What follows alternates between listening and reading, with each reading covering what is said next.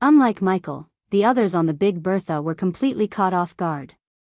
Traitors! Shorty leaped onto the railing and shouted viciously. We can't fire at them without damaging them. Gibson pointed at the friendly ship stuck between the Big Bertha and traitors. Corey shivered from top to bottom, fearing what the Dark Lord would do to her because of her crew's betrayal. I should have seen it, Corey mumbled. Whoosh! But all of a sudden, a dark emerald green mist enveloped the ships of the traitors. One by one all the traitor ships got covered in thick green mist. Boom! Boom! Boom! Boom! Suddenly, all the ships enveloped in green mist exploded except one frigate. When the dust and smoke settled down, Gibson and the others saw the Dark Queen hovering above them. Gaia flew towards the last ship of the traitors and saw a few dead bodies on the upper deck. It was apparent to Gaia that the traitors killed those loyal to Corey. Seeing the others explode to death, the rest of them were terrified. Every single one shivered from head to toe and looked as pale as a white sheet. You're traitorous maggots. Gaia's shout shook the frigate and sent shivers down their spines. Michael smiled behind his mask, looking at Gaia in action. Under their gazes, Gaia waved her hand as the poisonous green mist coiled around each individual on the ship. Taking the traitors with her, she flew towards Vance's fleet. Since there was momentary confusion among Corey's fleet, Vance's pirate captains tried to attack them. But Gaia destroyed the traitors faster than Vance's fleet could fire at them. The traitors frantically squirmed against the poisonous mist around them to escape. They used all their strength but to no avail. I would have hated to miss this action, Gaia said, without bothering to hide her killing intent. Visit. For the best know_vel_read_ng experience, let me show them what would happen when someone betrays us. Gaia flicked her wrist as all the 20 traitors lined up in front of them in the sky. At that moment, all the eyes were on the traitors. Her cold gaze swept across the traitors as she raised her hand and clenched her fist. As soon as she closed her fist, a sliver of green mist slowly rose upwards and entered their nostrils.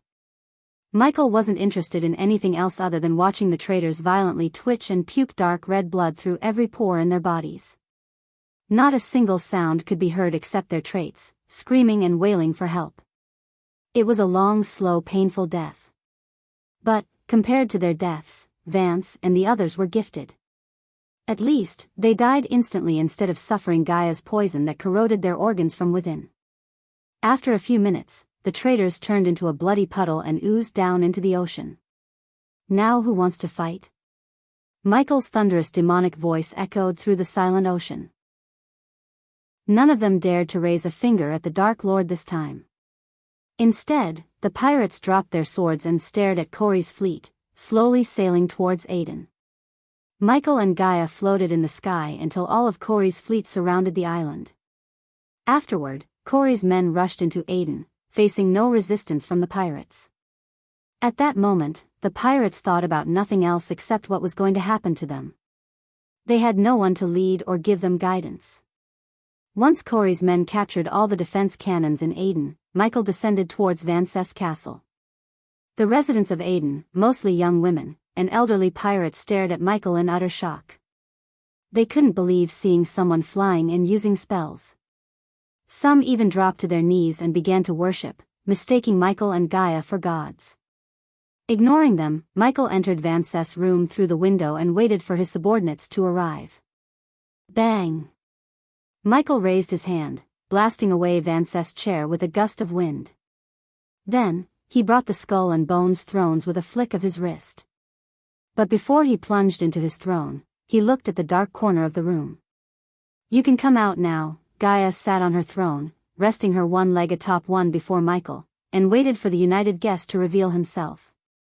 After hearing Michael's words, a tall man walked out of the shadows, slow clapping. The man had a long bushy beard braided like Vikings and outlined his eyes with dark mascara. He walked out of the shadows using a cane to support his limping. Although the man looked vicious and had an aura of a pirate, he dressed like a higher army official. He was dressed in white and had medals and ribbons attached to his chest while several strips of colors were engraved on both of his broad shoulders.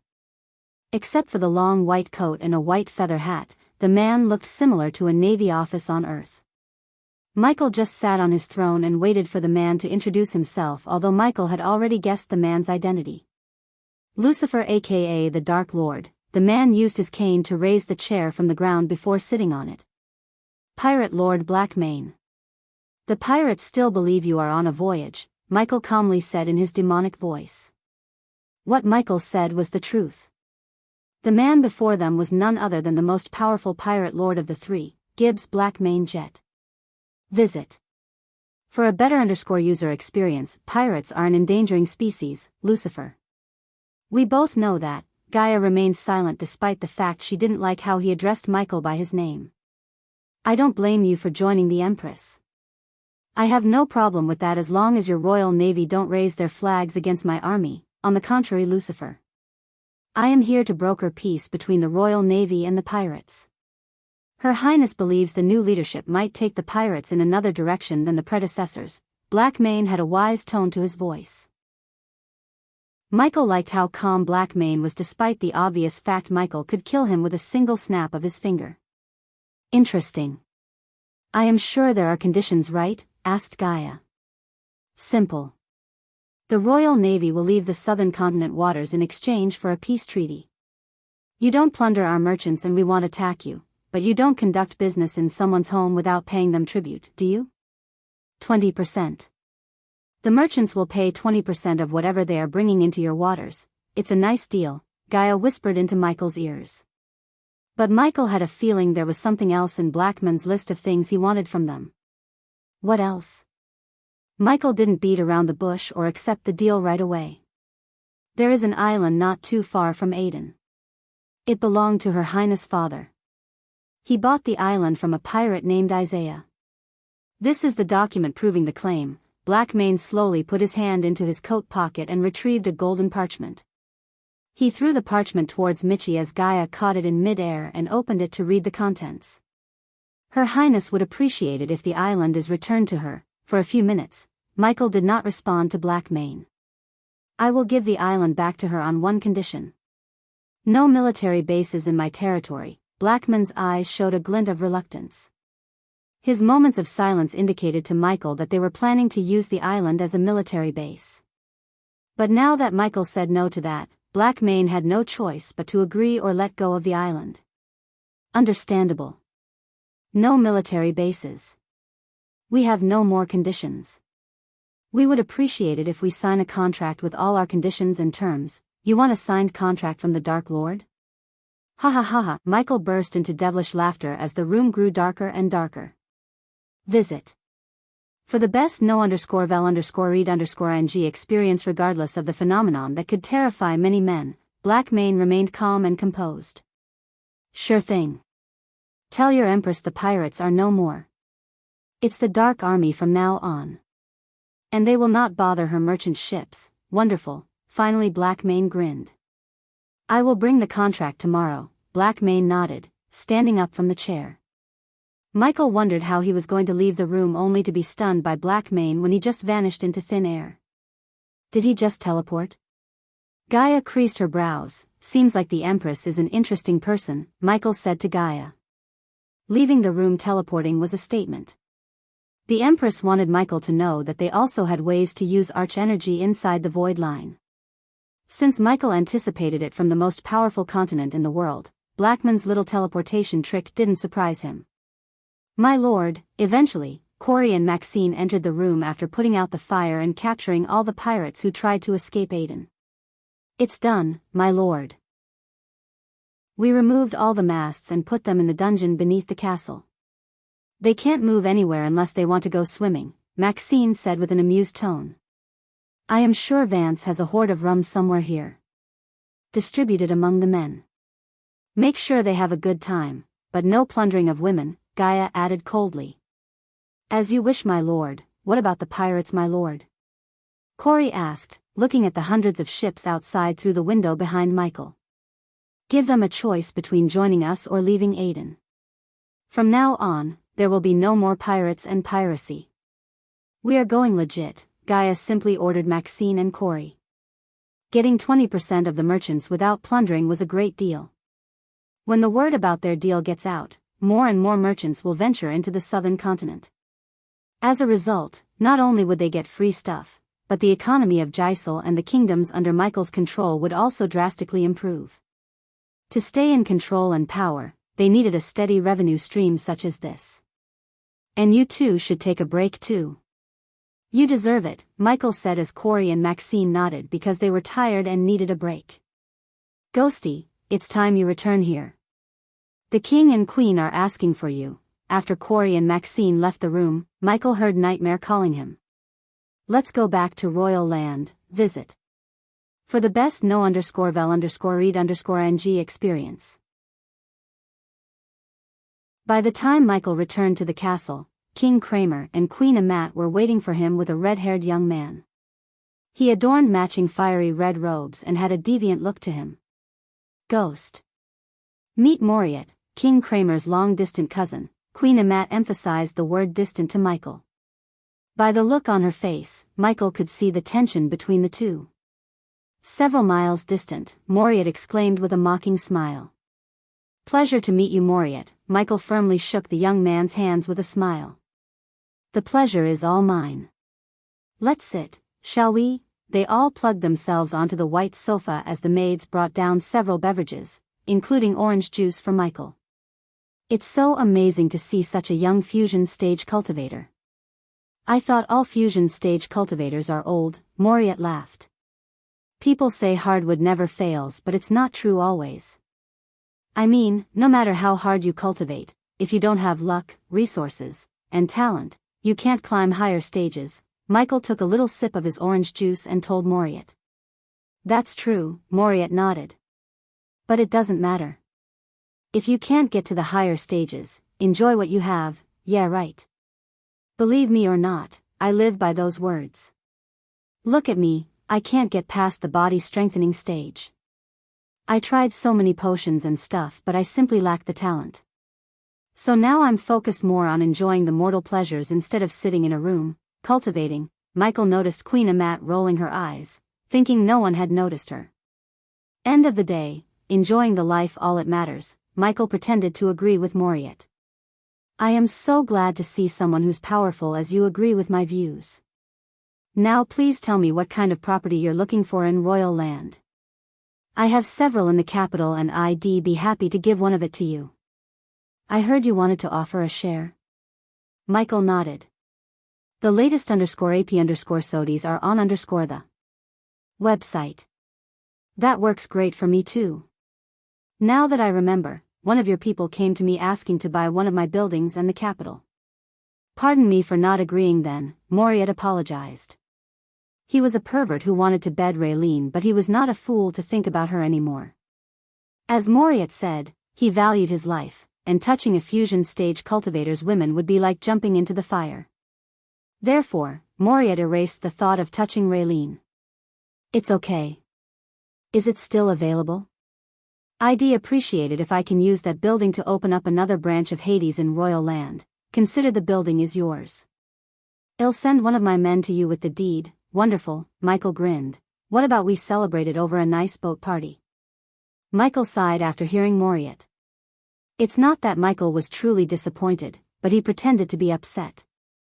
As a fusion stage cultivator, Michelle could kill Moriat without much worry. To be honest, Michael didn't think King Kramer would go to war with him if he killed Moriat.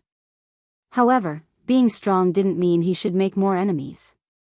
Instead, Michael chose to use his power to make more allies. Unforgettable, I have to go to R to attend the Aqua auction. But I give you my word, when I return, I'll definitely attend one of your parties. After all, we are kinda partners right now. Partners, huh? I like the sound of that. Moriat clanked Michael's glass with his wine glass. Although Queen Amat was annoyed, King Kramer looked relieved. Finally, his good-for-nothing cousin got a powerful young man as a friend. King Kramer just couldn't help wishing Moriat would be like Ghost. Queen Amat was Moriat's family, but even she hated him to the core. But none of them noticed the spider crawling on Moriat's sleeves and disappearing into his collar. After everything was said and done, Michael departed from the castle, heading towards the Holy Church. In the midair, Gaia and Nightmare joined him. What is this? Michael wiped the cookie crumbs off her mouth. After Michael cleaned her mouth, she grinned from ear to ear. Her eyes were full of excitement, just like Nightmare. So we are finally going to R, huh? Asked Gaia. She rubbed her hands together in excitement. It had been so long since she returned to R. She couldn't help thinking of her kingdom, Nagaland, an island in the seas of R. Visit. For the best no_vel_read_ng experience, aren't you guys missing something? You told me you would kill that guy who tried to creep on Raylene, Nightmare asked Michael and Gaia while slowly flying towards the Holy Church. We will go to R and meet Eve. Then, teleport back to Royal Land, finish him off and return to R again. That way, no one will suspect us, Michael quickly explained to Nightmare on his way to the Holy Church. After several minutes of flying, the yellow maple valley appeared in their eyes. This time, they flew directly towards the Holy Church because Michael had the privilege to fly in the church's vicinity. The teleportation portal was on the northern side of the castle where an enormous garden of roses surrounded the portal. The blue vortex was in the middle surrounded by hundreds of blood-red roses. A bald man approached Michael with a gentle smile when Michael, Nightmare, and Gaia landed on the garden pathway. Believer Ghost. His Holiness asked me to give you access to the portal.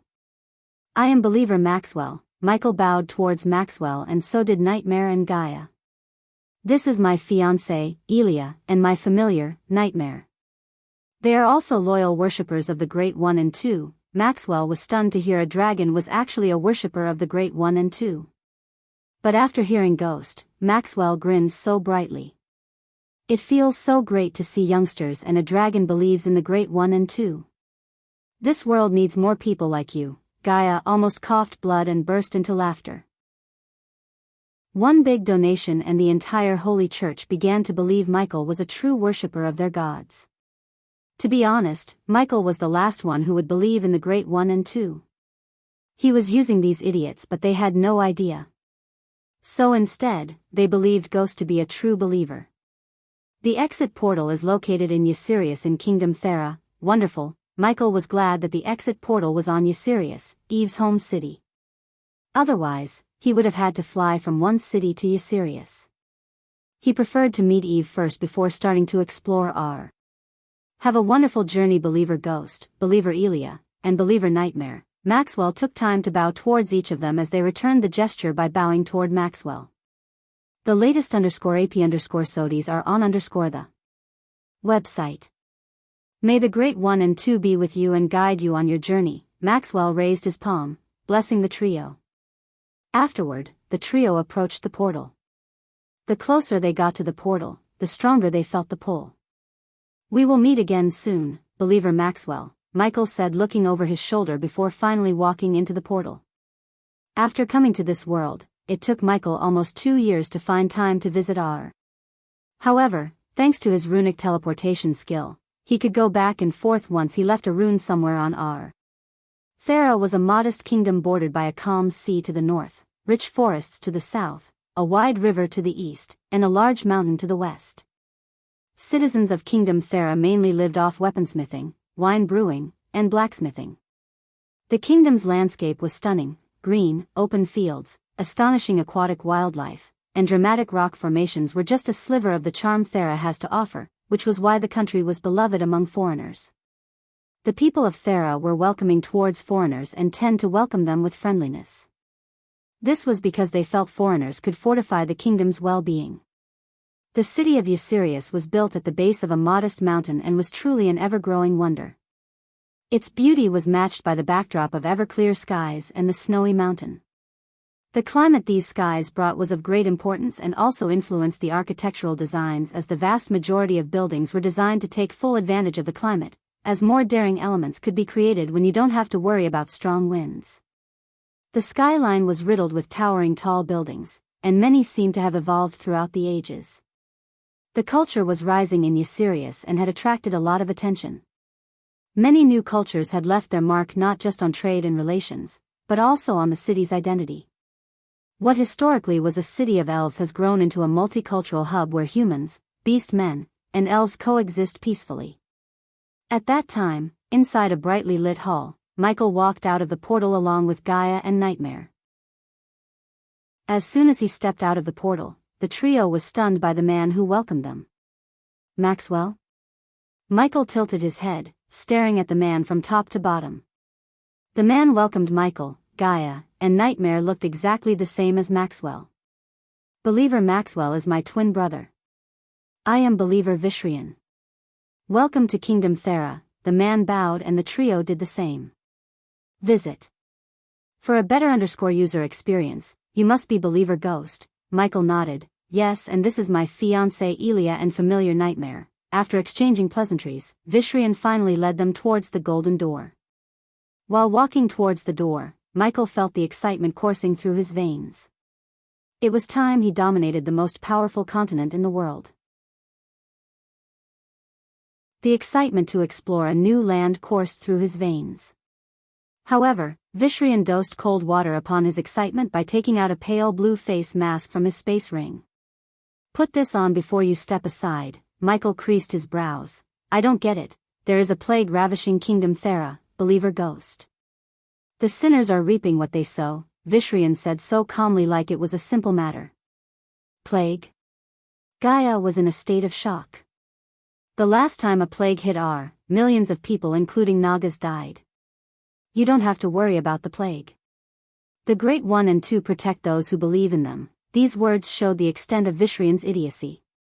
Although the Holy Church believers were good to him, Michael felt he was dealing with a bunch of fanatics.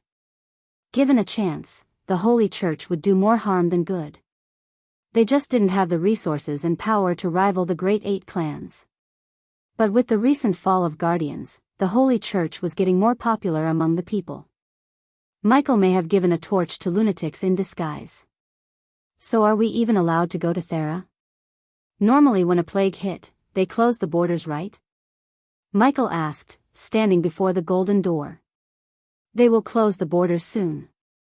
So I hope you will get what you're looking for, Believer Ghost. May the Great One and Two be with you and guide you, Vishrian calmly said, opening the door and revealing nothing but soft squashy clouds. There was no building or rods in front of him. Except, Michael saw an endless blue sky with puffy clouds stretched as far as he could see. Only then did he realize he was in the sky. When he took a step outside and turned around, he saw the Gothic-style building that was much grander, just like the one in Royal Land. Visit. For a better user experience, the church was built on a floating mountain like some buildings in Akulon realm. We will meet again soon, Believer Vishrian. Michael quickly bowed towards Vishrian.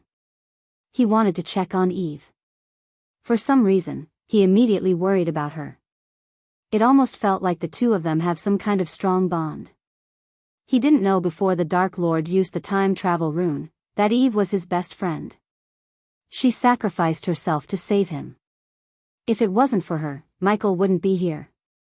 Although the Dark Lord reset the time, the deep friendship bond remained strong. Michael shot out from the mountain like a rocket, leaving a shock wave behind. In his haste, he failed to ask where the Voldegard compound was. Hopefully, Gaia knew where it was. Those are crazy bastards, Michael. A plague hit them? What the fuck? He was so calm. These morons are lunatics, Gaia cursed them, diving towards the city on the land.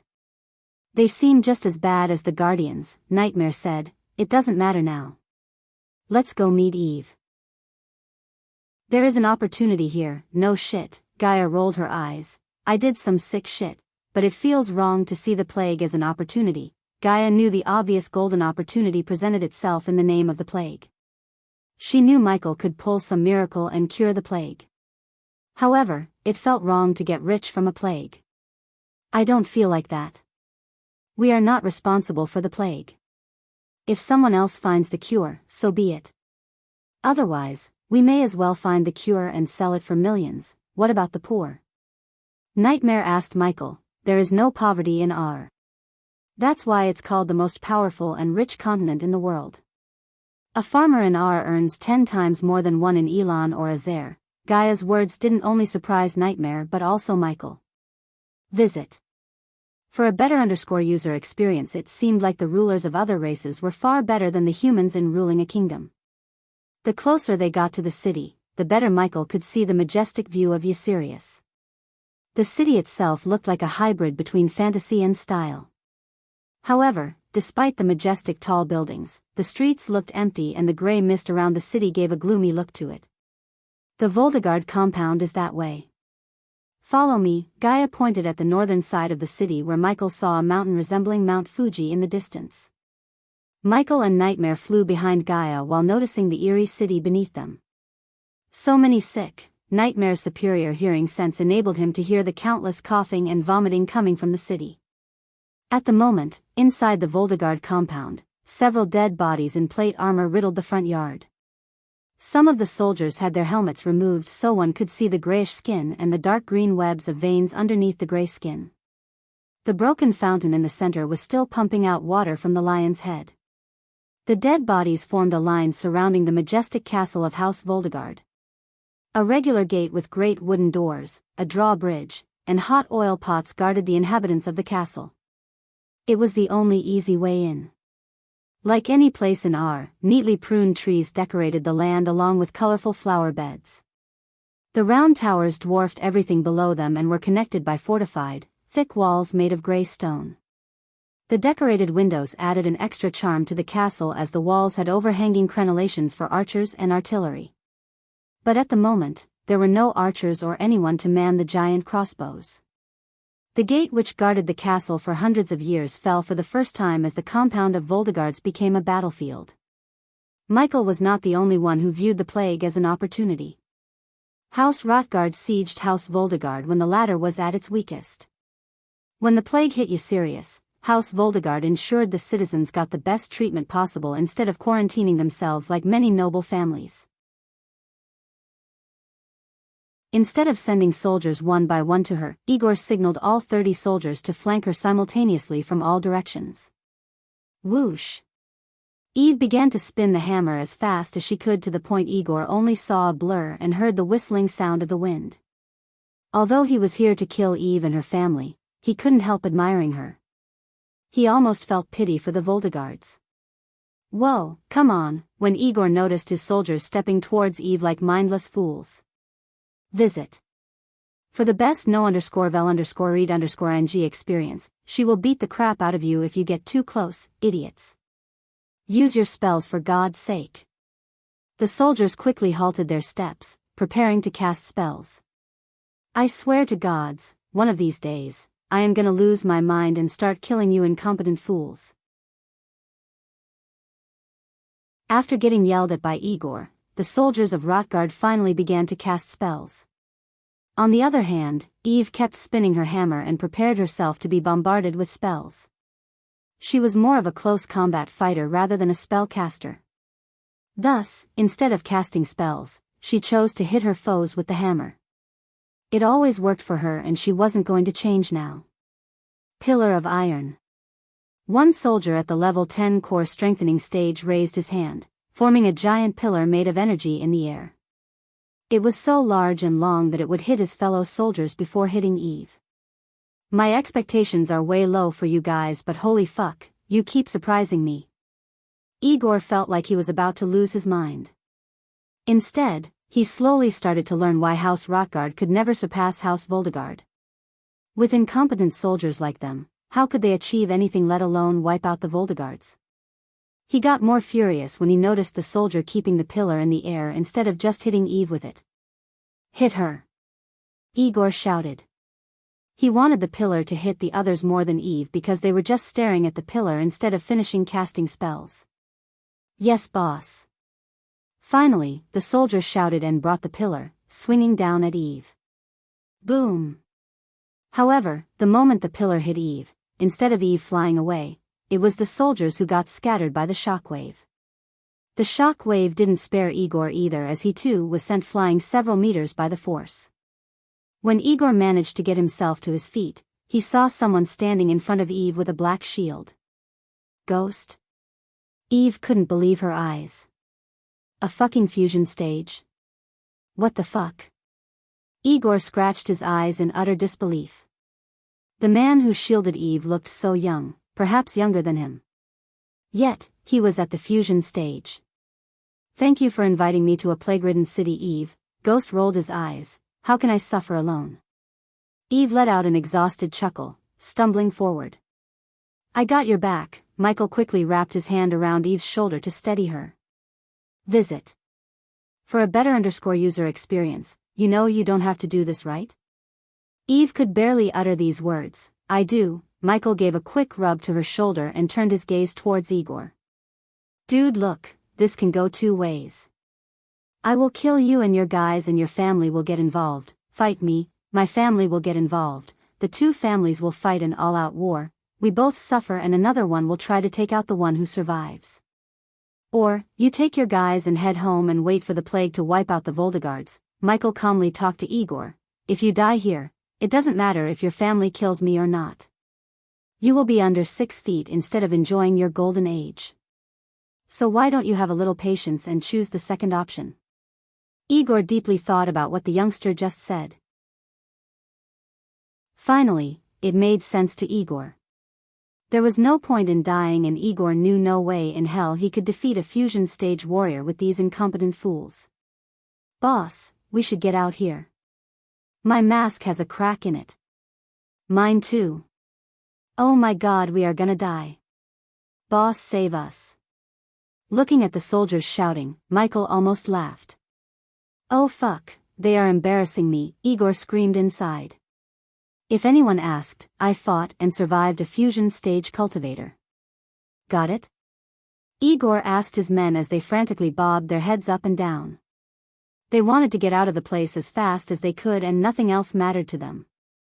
Finally, after 2 days of battle, Eve saw Igor and his men flying away from their compound. After their figures disappeared into the clouds, she heaved a sigh of relief. "Wow, those are really different. Where I came from, they would have chosen death. Don't be too happy. They will return here with more guys." "And what the hell? When and how did you reach the fusion stage?" "I'd love to explain, but can we do it inside? I was kinda hoping for a grand welcome from you. I have to say, I am a little bit disappointed." Visit. For a better user experience, it's not too late to go back to Elon, Ghost, Eve whispered while Michael was taking her back inside the castle. "And spread the plague to Elon? No thanks. How about we cure the plague and get filthy rich, huh?" At this point, Eve couldn't hear him clearly. She just smiled and closed her eyes, trusting Ghost got her back.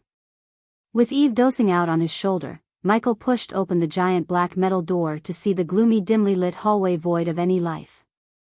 Just like any other castle hallways, the walls were decorated with portraits of various Voldegards. As Michael was walking on the red carpet, he could hear coughs and growling coming from inside. "Jennifer, Jenny." Eve began to mumble under her breath. "I got her," Michael whispered to Eve, walking her to the hall. As soon as he stepped out of the hallway, the sight of countless people on the marble floor welcomed him. The people were coughing and vomiting blood. He didn't expect the air to be so pungent with a strong nauseating smell. It was enough to turn any grown man's face green. "You better pray I don't get sick, bastard." Michael heard an angry shout and looked up to see Gaia climbing down the stairs with Nightmare on her shoulder. "And Eve Voldegard, I presume?" Gaia looked at Eve, who kept mumbling Jennifer's name. "What then ruckus out there? Did you kill them all?" Gaia asked, standing on the stairs instead of getting to the hall. "Nah. They seemed nice. When I said to turn back and leave, they really did that.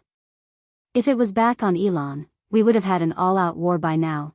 We may have something far worse in our hands." Gaia looked at the elves, humans, and beast men with gray skin on the floor. She creased her brows, looking at them growling and coughing up blood. "Look what we found." Then, with a flick of her wrist, Gaia took out an empty vial from her space ring.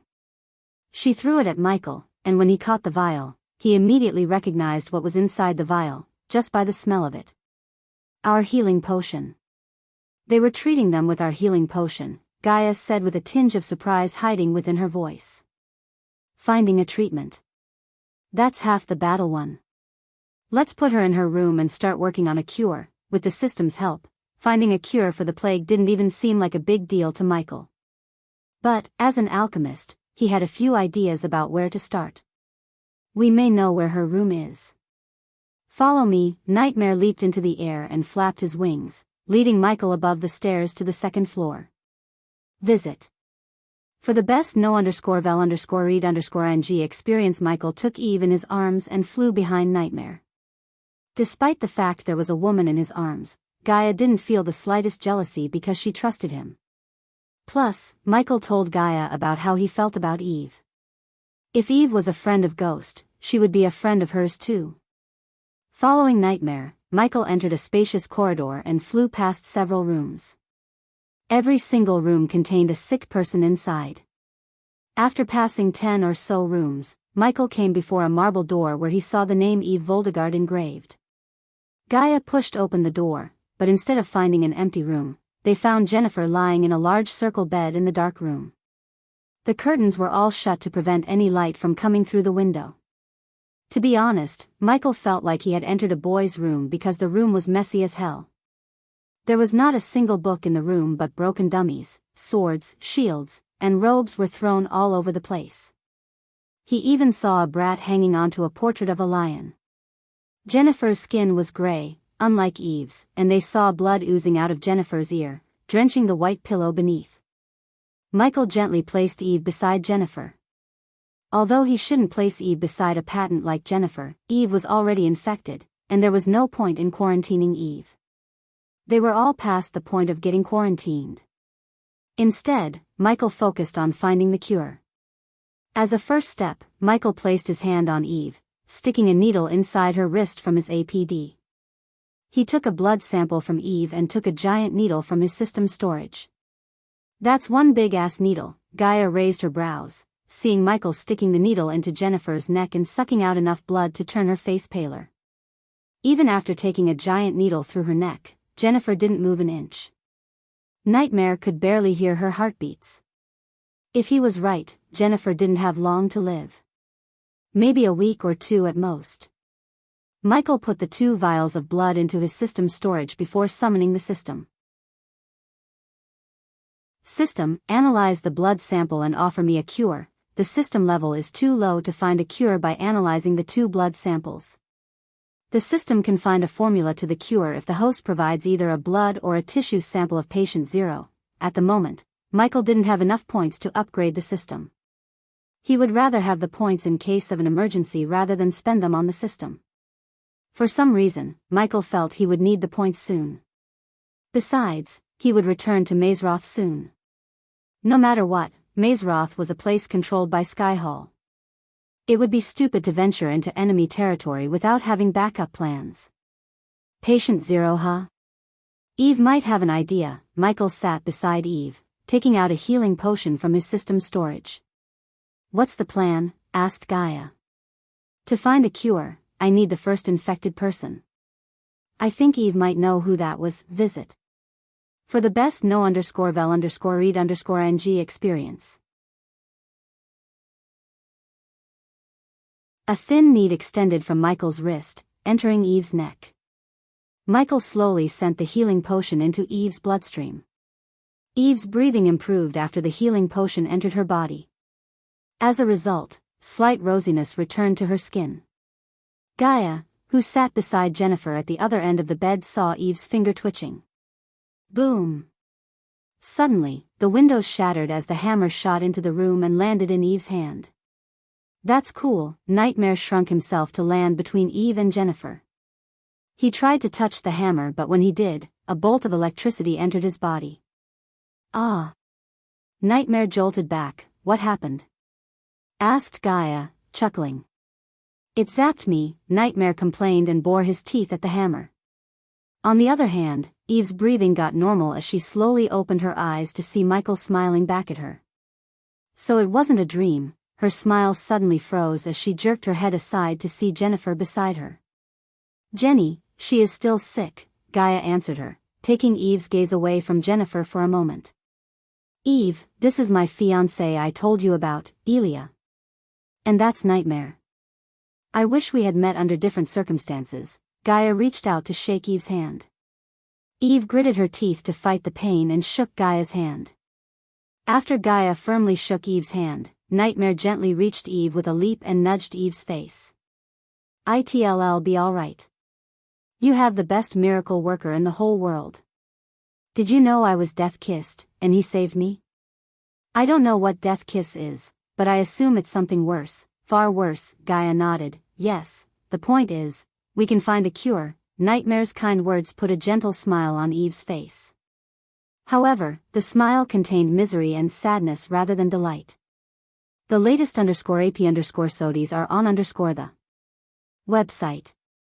Our best healers tried before succumbing to the plague.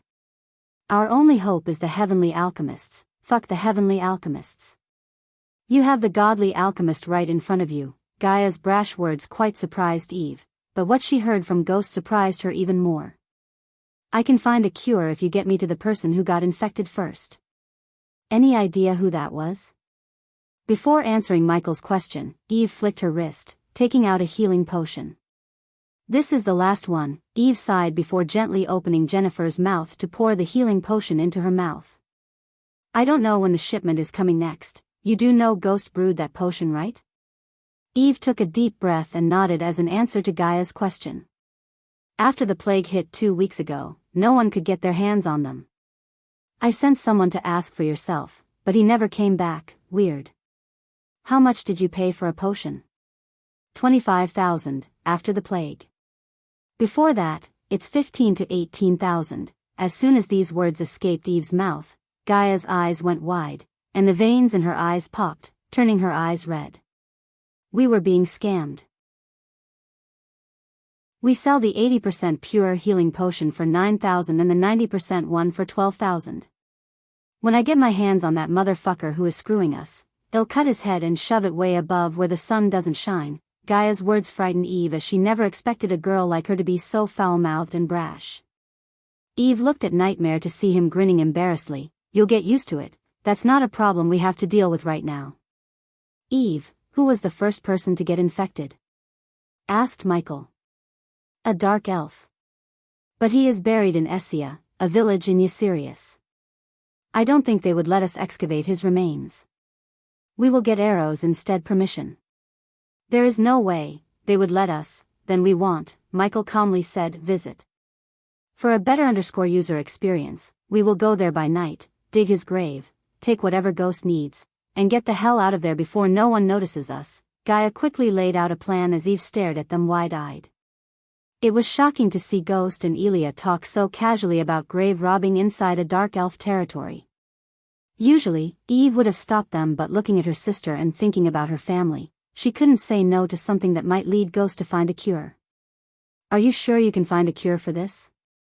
The last time Eve heard, the entire kingdom of Thera and the Empress Court of Healers were trying to come up with a cure yet had no breakthrough. However, Ghost talked so simply about finding a cure.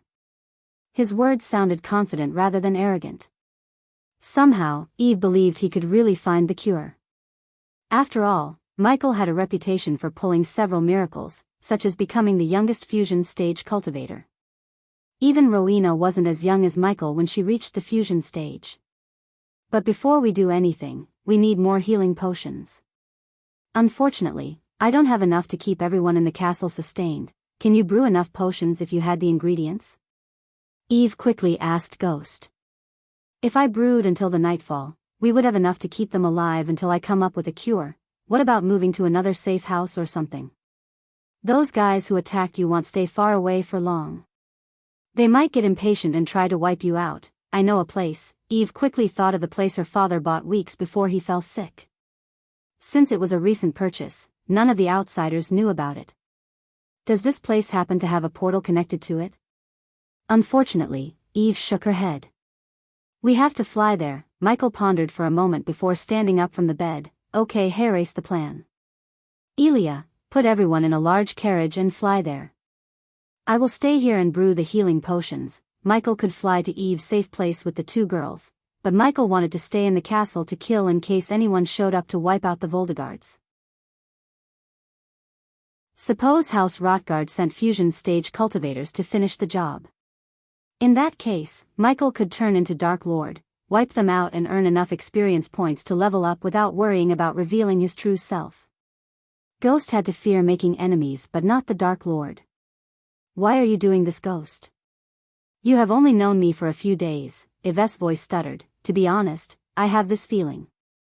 A feeling you and I are so close, like best friends. For a change, Michael just told Eve the truth instead of making up a story. Eve was completely taken aback by surprise as she too had the same feeling. Visit.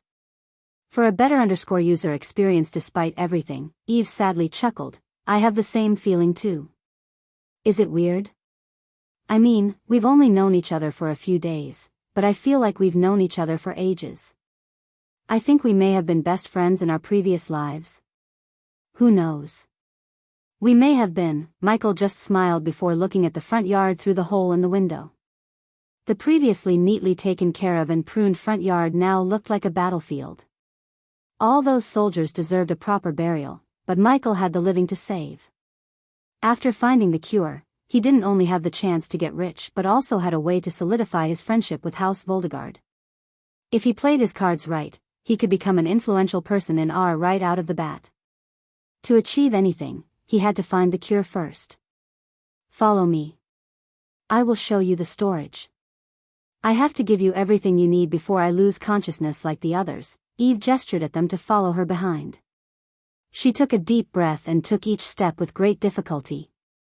When you lose consciousness, just relax and try not to worry about anything.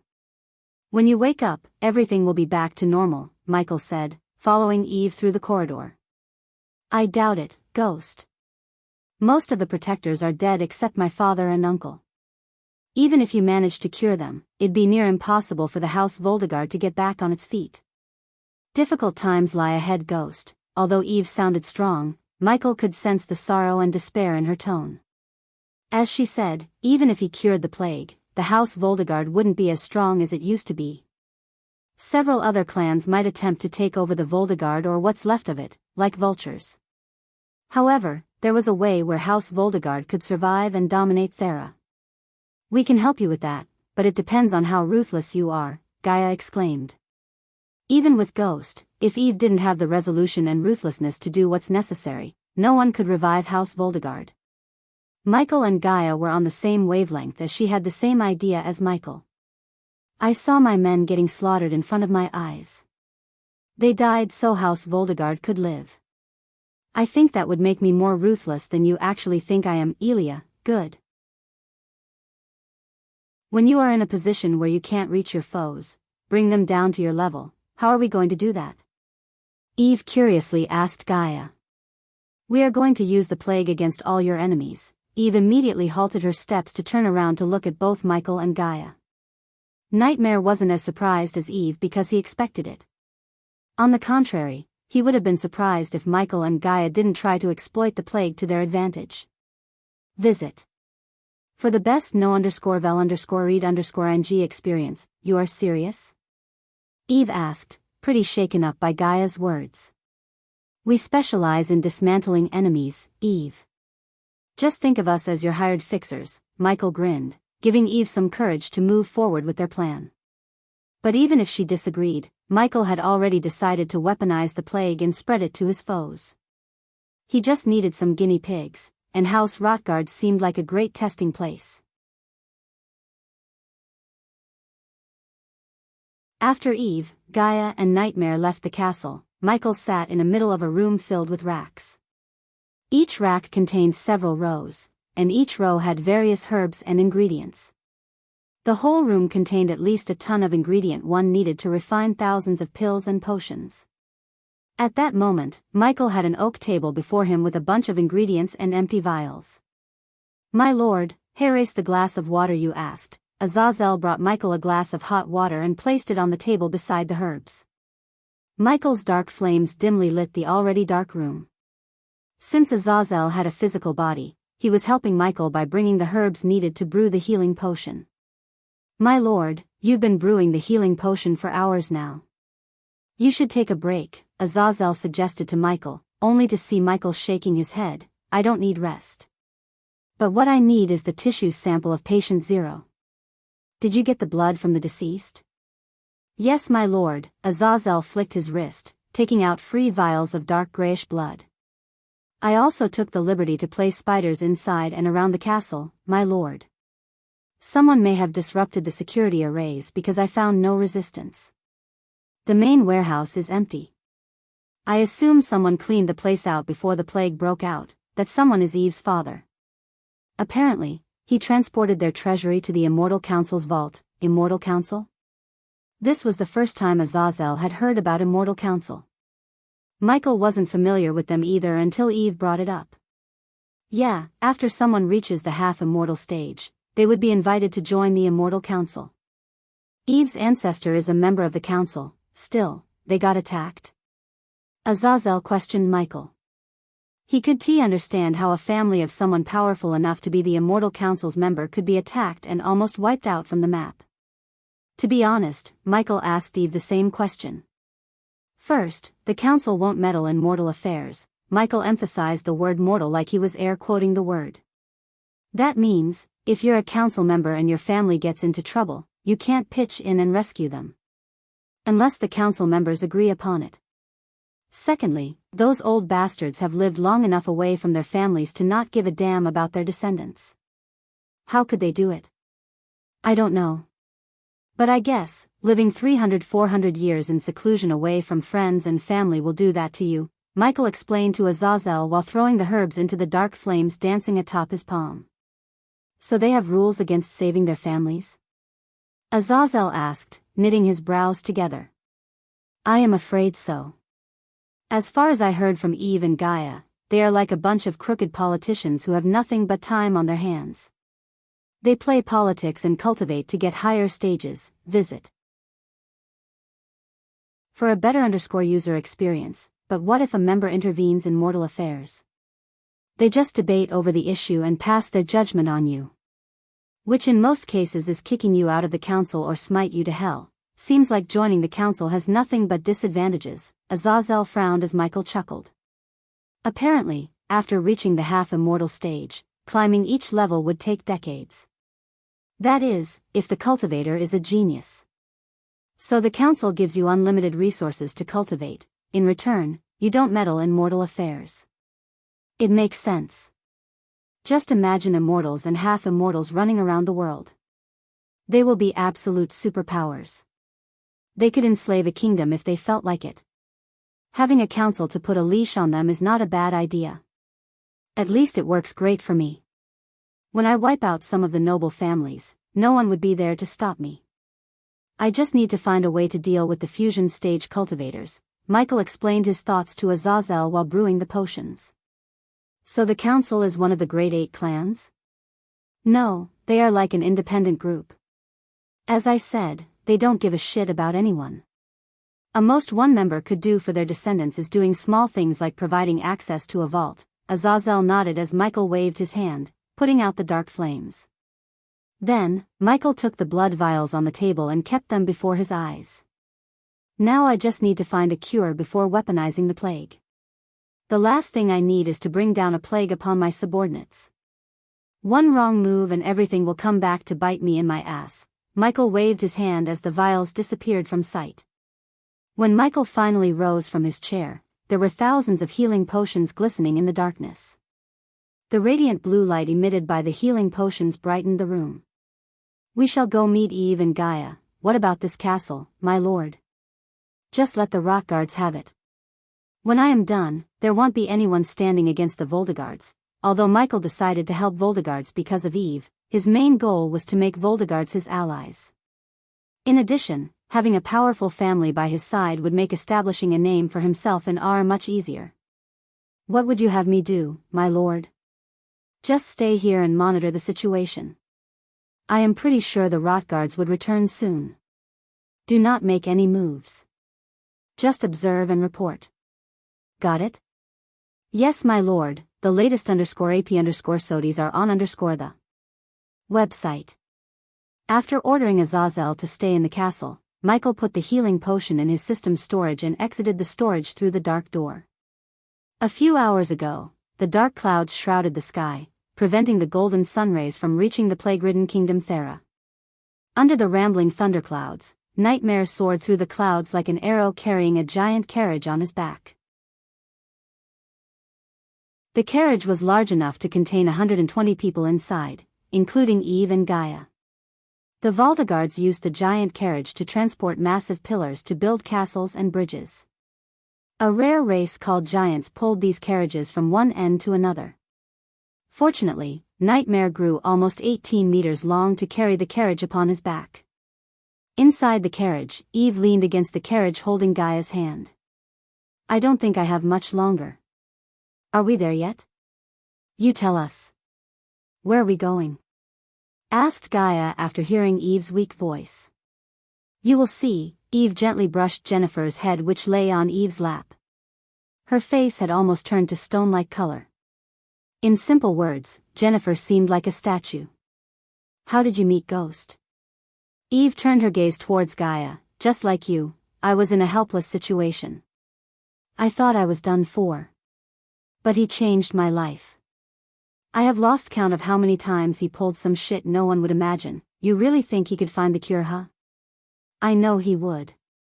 Trust me, you will recollect all these events and laugh soon." "I wish." Eve let out a deep breath as Gaia felt Nightmare slowing down. "Hey, I think we reached the place. Elia, you should come out." Gaia sensed a tinge of shock in Nightmare's voice. Therefore, Gaia squeezed Eve's hand, reassuring her before dashing out of the carriage. As soon as she exited the carriage, her eyes went so wide to the point her eyes looked like they could pop out any moment. The reason for her shock was the barren floating mountain on the horizon. The floating mountain looked like a sword. The base was the blade, and the tall pillar resembled the hilt from which an elegant streamy waterfall flowed. However, unlike the floating mountains she had seen in the Aquilan realm, the sword-like floating mountain was barren and void of any man-made buildings. Visit. For the best no_vel_read_ng experience other than the waterfall, there was nothing in the floating mountain. After starting at the barren floating mountain for a few minutes, the duo resumed flying and approached the island. The closer they got, the bigger the floating mountain looked. Yet, it was far from exceeding the floating mountains in the Aquilan realm by far. It took Nightmare and Gaia a few minutes to land on the barren land and put down the carriage on the ground. Considering the ground had no trees, and the clouds above them looked dark and gloomy, Gaia decided to keep them inside the carriage instead of taking them out. She didn't want the sick people to get drenched in heavy rain. "This place looks good." Nightmare creased his brows. "This place looks barren and deserted. There is nothing in the place that would make anyone say it's good." "You lack imagination, lizard." Nightmare rolled his eyes.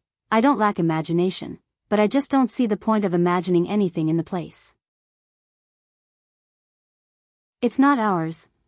Gaia grinned without telling what was going on inside her dead to Nightmare.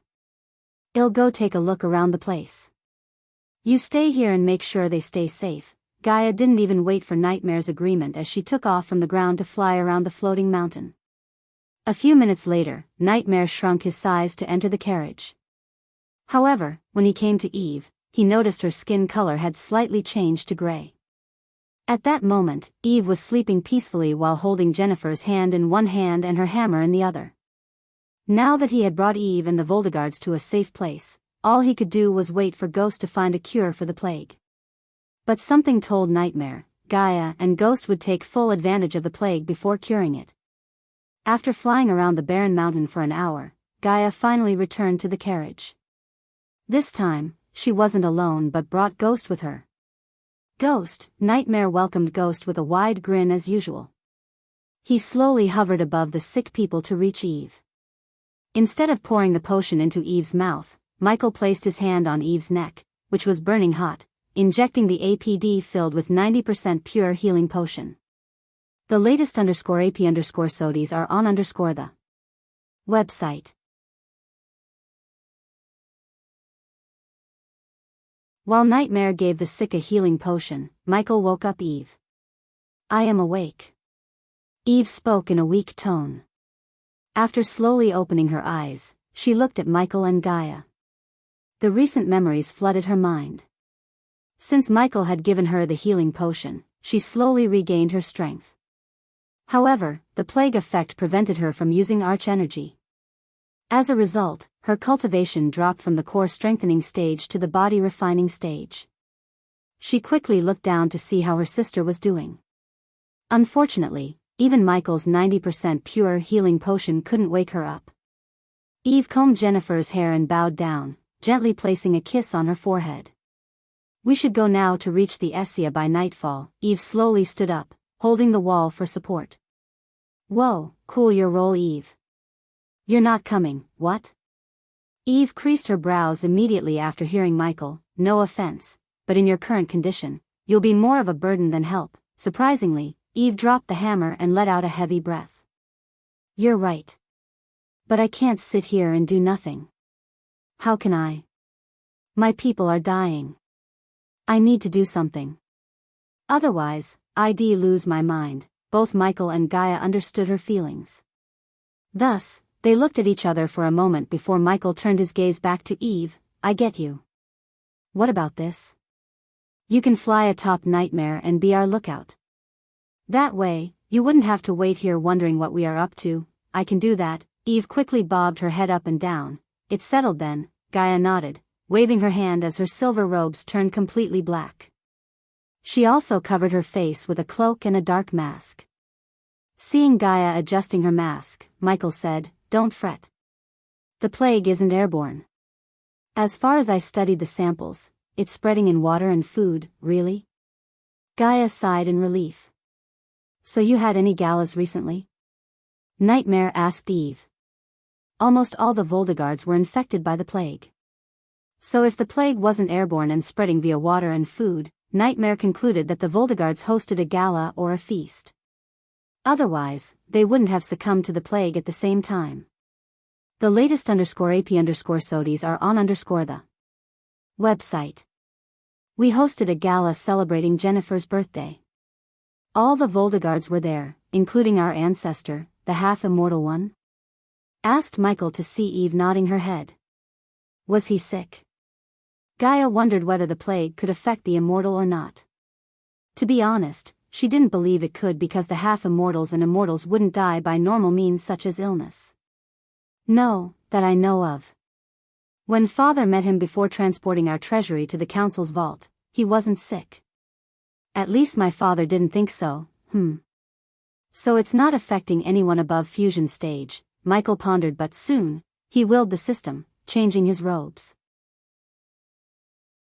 Since Michael was always adorned in completely black, the changes weren't much noticeable. He just put on the mage robes he bought from the system and covered himself. Additionally, he also wore a cat mask underneath the cloak to hide his face completely. But after covering the face with the cat mask, Michael willed the system and transformed his face completely just to be safe. Nightmare, take Eve with you and stay in cover behind the darkness and the clouds. You should wear something else to cover yourself. We don't want those fuckers to make any connection, Gaia said to Eve. She sounded more annoyed and furious than usual when she mentioned the Dark Elves. To Michael, it was evident Gaia has some kind of history with the Dark Elves. Eve nodded and closed her eyes for a moment. Gradually, her white robes turned dark, and a cloak appeared around her head, covering her face with darkness. Just like Michael, she also took out a bear mask and put it on her face. Finally, she looked at her hammer, and with a heavy heart, she flicked her wrist as the hammer slowly faded into thin air. Follow us at a safe distance, Gaia turned around. Do you know where the village is? But Gaia halted her steps when she heard Eve. I happened to come across the village once.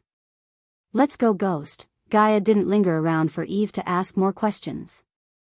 Instead, leading Michael, Gaia soared towards the sky to the point they went above the dark clouds. What's the story? You messed with the Dark Elves, didn't you? Michael asked, flying beside her. Why do you assume that? Do you think I always mess with others? I am not a racist, you are, Michael chuckled. You hate the other races. That's the definition of a racist, visit. For a better user experience, I don't hate you, you used to. Remember, you tried to kill me with a candle holder, you know what? Fuck you. I am not a racist. If you think I am a racist, just wait till you meet the Dark Elves, she just snickered and sped up. Considering Michael studied with the elves in Maze Roth, he could understand the meaning behind Gaia's words. However, he didn't have the pleasure of meeting any dark elves in Maze Roth. Now that Michael thought about it, he had never met a single dark one since he came to this world. By the time they reached the outskirts of the village, night had fallen upon them, erasing any light from existence. Lightning flashed across the dark sky, brightening the sky out of its darkness for only a single moment. The rain drizzled, creating a piece of rhythmic music. The journey towards Essia village was peaceful as Gaia didn't say a word until Michael saw a distant forest. He shouldn't have seen the forest from above the clouds. Each tree in the forest stood at least 300 meters tall and 50 meters wide.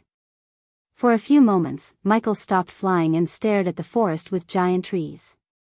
He had never seen such a forest made with trees that seemed to be touching the clouds. What is this place? Michael asked Gaia in utter shock. To his surprise, the trees were glowing like a city. When he looked closer, he could see man-made structures in the forest. The dark elves built houses inside and outside the tree above the ground. He could at least see hundreds of elegant tree houses that looked extremely cozy. Instead of runes or lamps, the houses were lit with luminescent mushrooms. These colorful mushrooms lit the 3-layered houses. The first layer glistened in blue, brightening the crowded little homes. The houses built above the first layer were more grandiloquent than the first layered houses and lit with emerald green mushrooms. Finally, the third layer on top had fewer but grand houses.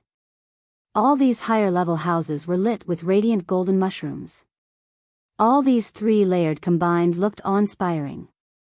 Before resuming their travel, Michael waited for the dark clouds to spark lightning flashes. Then, he counted the time between each lightning flash. After calculating their approximate gap, Michael prepared to cast the lightning dash. Michael slowly hovered towards Gaia and held her hand. 1, 2, Michael began to count in his mind and cast the lightning dash spell as soon as he counted up to 3.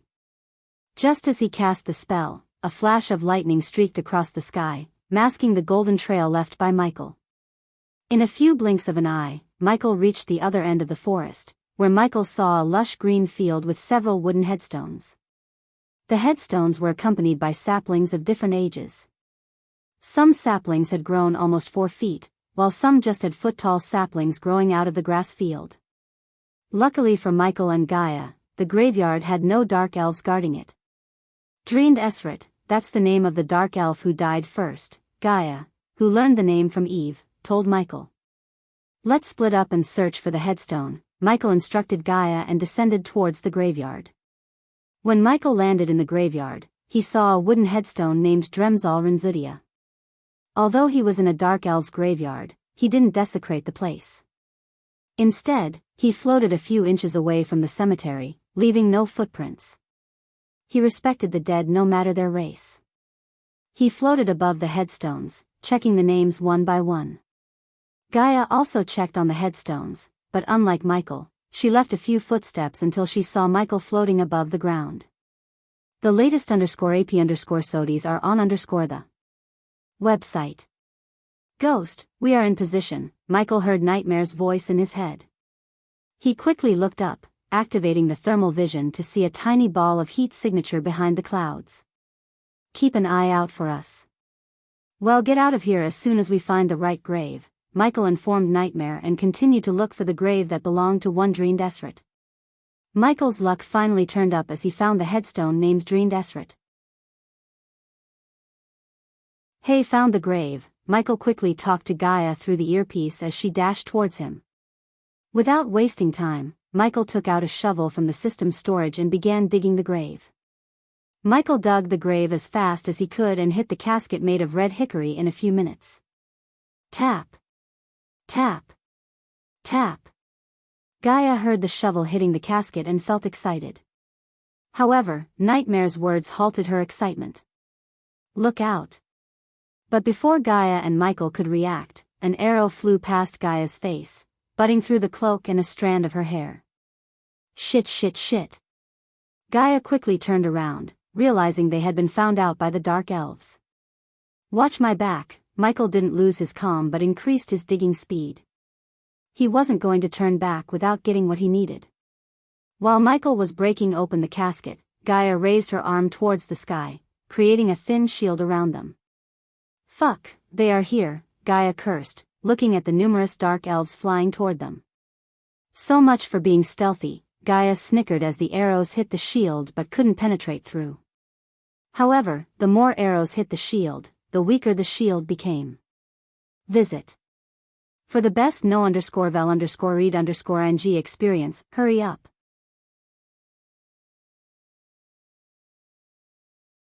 Michael initially thought of just getting a few stripes of flesh and a piece of bone as samples. However, he changed his mind after seeing the dark elves bombarding him and Gaia with arrows. What surprised him more was he didn't detect anyone in his environmental scanning. The distance between the cemetery and the forest was at least 900 meters. Still, a dark elf managed to hit Gaia with deadly accuracy. Michael wanted to see that dark elf. It was no-brainer that the dark elf who fired the shot didn't go for the kill but rather had given Gaia a warning. Holding the shield around them, Gaia could see at least hundreds of arrows soaring toward her. She used every bit of arch energy in her body, strengthening the shield. Like droplets of water hitting the puddle and creating ripples, the arrows created countless ripples on the shield when they hit. Without wasting any more time, Michael broke the casket with his bare hand and pulled out the decayed body of the dark elf burning within. He put the halfly decayed body on his shoulder and jumped out of the grave he dug. "Let's go," Michael said as Gaia slowly stepped backward, preparing to fly away from the graveyard. However, just when they were about to fly, a golden arrow shattered the shield and sent Gaia flying into Michael. Michael quickly caught Gaia in one hand while holding the decayed body in the other. Gaia gritted her teeth, holding the bubbling anger within her. Every fiber in her body told her to go berserk on the dark elves, but she managed to control her anger so they could escape the place without revealing themselves.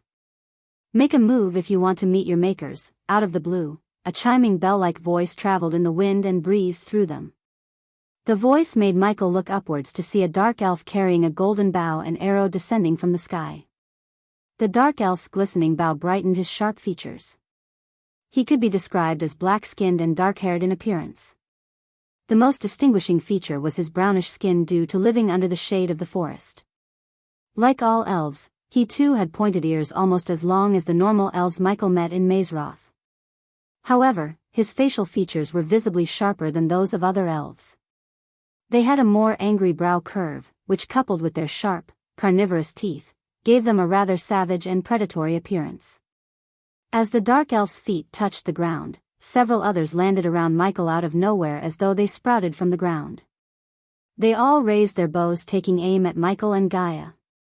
Although they weren't muscular as the human warriors, nonetheless, every single dark elf had at least one tattoo ranging from icons of a deity to runes with actual magical enchantments. Because symbolism and tattoos played an important role in dark elven culture, tattoos and piercings were highly abundant. For example, the dark elf who appeared in the sky had an eagle tattooed on his neck as well as an arrow pointing towards the sky on his forehead, right between his brows. "You have desecrated a sacred ground," the dark elf spoke in a cold murderous tone. Since Michael paid the system to mask his actual cultivation level, the dark elves thought he was only at the core formation stage. As a result, the dark elves felt superior and didn't bother to call for backup. The dark elf who threatened Michael and Gaia was the strongest, who stood at soul refining stage level 4. "Put him down," the dark elf said, looking at the decayed body hanging on Michael's shoulder like a piece of cloth. Visit.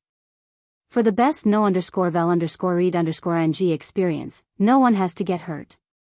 "Just lower your bows and let us go," Gaia calmly said, but the dark elves didn't even budge. Except, their stars intensified more. "Leave," Michael growled at the dark elf before them a few meters away. However, he didn't direct the word to him. In reality, he ordered Nightmare, not the dark elves. "You will pay for your crime at the first light," the dark life coldly said without reacting to Michael's words. But, unknown to Michael, today was an auspicious day in the dark elves' calendar. Thus, they were prohibited from taking life unless facing a calamity. Since both Michael and Gaia had no weapons and didn't pose a threat to them, the dark elves had no need to kill them. But it was only temporary. As soon as the first light appeared on the horizon, the dark elves would send an arrow through their heads, ending their lives. "I'll take the body and return it in a few days," Michael calmly said to the dark elf. To be honest, Michael didn't want to fight the dark elves because he had desecrated their holy ground. They had all the right to kill them. If someone had done the same to a place Michael held holy, he would have killed them in a blink of an eye. That was why Michael didn't raise his hand to kill the dark elves. Whoosh! Instead of speaking with words, the dark elf chose to talk with an arrow. The dark elf sent an arrow straight into the ground a few inches before Michael in a blink of an eye. "I'll take that as a no," Michael put the body down, cracking his neck. "Remember, I gave you a choice." Michael slowly took a step forward. "Stay put." "It won't take too long," Michael said to Gaia and turned his gaze back towards the dark elf. Michael completely ignored the other dark elves because they were all only at the core strengthening stage. Not that Michael underestimated the dark elves, but rather, he was simply too strong to be concerned. Except for the soul refining stage dark elf who seemed to possess superior archery skills, the others didn't pose any threat to Michael. Visit. For the best no_vel_read_ng experience considering the soul refining stage dark elf was the strongest, Michael targeted him. Seeing Michael readying for a battle, the dark elves tensed. Then, they slowly pulled back the bowstring as they were only inches away from releasing the arrows they knocked. Whoosh! Suddenly, Michael dashed at the leading dark elf as fast as a lightning bolt. His speed startled the dark elves. Still, they managed to release the arrows as Gaia quickly cast the shield spell around her. Since she only concentrated the arch energy around her, the shield formed around her was stronger than before, which covered an area several times larger. The dark elf leaped back, firing a golden arrow. But Michael simply caught the arrow in mid-air, startling the dark elf. It shouldn't have been possible for a measly core formation stage warrior. Despite his shock and the fact Michael caught the first arrow, the dark elf fired again. This time, the arrow soared towards Michael faster than the previous one, almost at the speed of a bullet. Yet, the result was the same. At that time, Michael had a golden arrow in each hand. Whoosh! Whoosh! Whoosh! The dark elf rapidly fired arrow after arrow, and so did the others, only to see Michael using the arrows as steps to climb higher into the air. In a few blinks of an eye, Michael reached the dark elf leader using the arrows as steps in midair. Except for a few, the dark elves targeted Michael. Because Michael was too close to their leader, they were forced to move around to adjust their aims. Gaia saw Michael move as swiftly as a feather in the wind, evading the arrows and fighting the dark elf. Surprisingly, the dark elf was just good in hand-to-hand combat as he was in archery. Thus, the dark elf managed to block and dodge Michael's punches. The way the dark elf dodged and blocked his punches surprised Michael. Usually, an archer wouldn't be as proficient in close combat as the dark elf. The dark elf blocked Michael's punches with the bow and arrow. If Michael lost his concentration even for a second, the dark elf would break his mask and stab him in the chest with the arrow. Visit. For a better user experience, obviously, the dark elf was a good fighter, but Michael was better. The more he fought with the dark elf, the more he learned about the dark elf's fighting style. Hence, Michael was able to predict his moves before even he could make them. As a result, when the dark elf tried to block Michael's left hook, Michael quickly plunged his knee into the dark elf's gut. Arg! The dark elf groaned and missed to notice the fist coming towards him in pain. Bang! The dark elf surprised Michael again by grabbing Michael's fist. Michael did not expect the dark elf to recover so soon. Luckily, Michael still had the arrow in his hand. Without delaying, Michael pulled out his fist, stabbing the dark elf with the arrow in his other hand. He plunged the arrow's head straight into the dark elf's rib cage without cutting any of his major organs. Commander! The dark elf shouted, looking at Michael stabbing the dark elf again and again. The dark elf was lucky Michael didn't go for the kill. Instead, he rapidly stabbed the dark elf to make him bleed and weaker.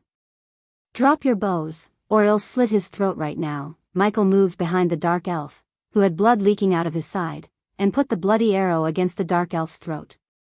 "You should listen to him," Gaia coldly snarled at the dark elves. Then, seeing their commander's life in danger, the dark elves hesitated but eventually lowered their bows. "You have become our enemy," the dark elf whispered, gritting his teeth. "It won't take long to slit your throat and kill your friends. Know that I didn't want to kill you but save you. You will understand soon enough," Michael whispered into the dark elf's ear as the dark elf stared at him with eyes full of anger and murderous intent. If stares could kill a person, Michael would have died several times by now. The latest _AP_SODIES are on _the website.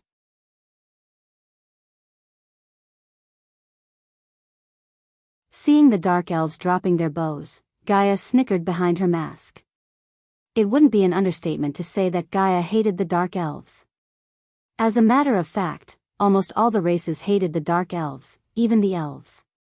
To put it bluntly, the dark elves were racist, arrogant, and the most intolerable race in the whole world. No matter what one would say about the dark elves, they were one united race. Each dark elf was loyal and devoted to the well-being of their race. A dark elf would literally for another dark elf no matter whether they were related or not. That was the reason they chose to lower their weapons when they saw Michael threatening the life of their commander. The dark elves would rather let Michael escape than endanger their commander's life. Michael noticed the concern in their eyes and their loyalty towards the dark elf in his hold. "If I don't do this, your entire city would be destroyed by the plague," Michael whispered into his ears again before turning his gaze toward Gaia. "Take the body." Gaia didn't need to be told twice as she quickly grabbed the decayed body and flew to his side. "Do not follow us. I will return the body to you in a few days," Michael said to the dark elves. "Meanwhile, don't drink water without purifying it," Michael whispered to the dark elf. He kinda liked the dark elf and wished he could make the dark elf his subordinate. To do that, the dark elf needed to be alive. That was the only reason Michael advised the dark elf so they wouldn't get sick. "What the hell are you talking about?" the dark elf growled. "The plague. I am the only one who could find a cure and stop the plague before it destroys your beloved R." The moment Michael uttered the last word, he pushed down the dark elf with enough force to send him crashing onto some of the dark elves beneath him. Without wasting a second, Michael tossed a flashbang onto the ground and shot into the sky with Gaia. "Get him!" The dark elf gritted his teeth, holding his rib cage. Despite the pain and blood, he ordered his underlings to catch Michael. However, by the time the dark elves reached the sky where they saw Michael disappear, Michael teleported to Eve's floating mountain. On the island, Eve and Nightmare waited outside the carriage for Michael and Gaia. "Where are they?" Eve strolled back and forth with the hammer tightly clenched. But suddenly, she saw Michael and Gaia appear beside Nightmare. "Did you get the body?" Eve asked before even she noticed the decayed body on Michael's shoulder. Instead of answering, Michael just glanced at the body. Visit. For a better user experience, Elia, set up my workbench here. I need a sharp knife, clean cloth, and a barrel of water, Michael instructed Gaia, removing the mask off of his face. System, scan the body and give me that formula, as you wish. He heard the system's voice in his head followed by an unearthly whistling sound. The system began to scan the system while Gaia was setting up a long oak table and the chair which made his workbench. On the other hand, Nightmare flew out to the waterfall to get fresh water as Michael asked. The only thing that remained was the clean cloth and Eve provided it from her space ring. By the time Gaia finished setting up the workbench, the system completed the scanning. Patent 0 identified. The system requires 200,000 badass points to create a formula for the plague. Take it. Michael didn't even think for a second before agreeing to the system. Compared to the gold coins he would make after finding the cure, the 200,000 badass points were nothing. The only downside was after paying the system, his badass points were almost depleted. At that moment, he only had 120,000 badass points. Because of the upcoming Aqua auction, he was unable to turn the gold coins into badass points. The system requires a tissue sample and bone marrow from the patient 0. the system asked Michael. Place the body here, Michael said to Gaia. Gaia gently placed the decayed body on the table as Eve covered her nose to stop breathing the strong stench coming from the body. But unlike Eve, Michael showed no signs of disgust on his face. Instead, he just took the jade dagger from Gaia's hand and started carving the body around its chest.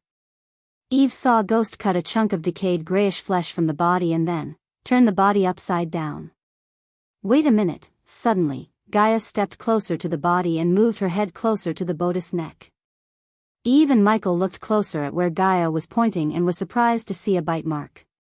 The bite mark had 2 deep holes an inch away from one another. It was too similar to a vampire bite. Do you think he was bitten by a vampire? Eve asked after several minutes of silence. It's possible, Michael frowned. Visit. For a better user experience, what possible? It's definitely a vampire bite.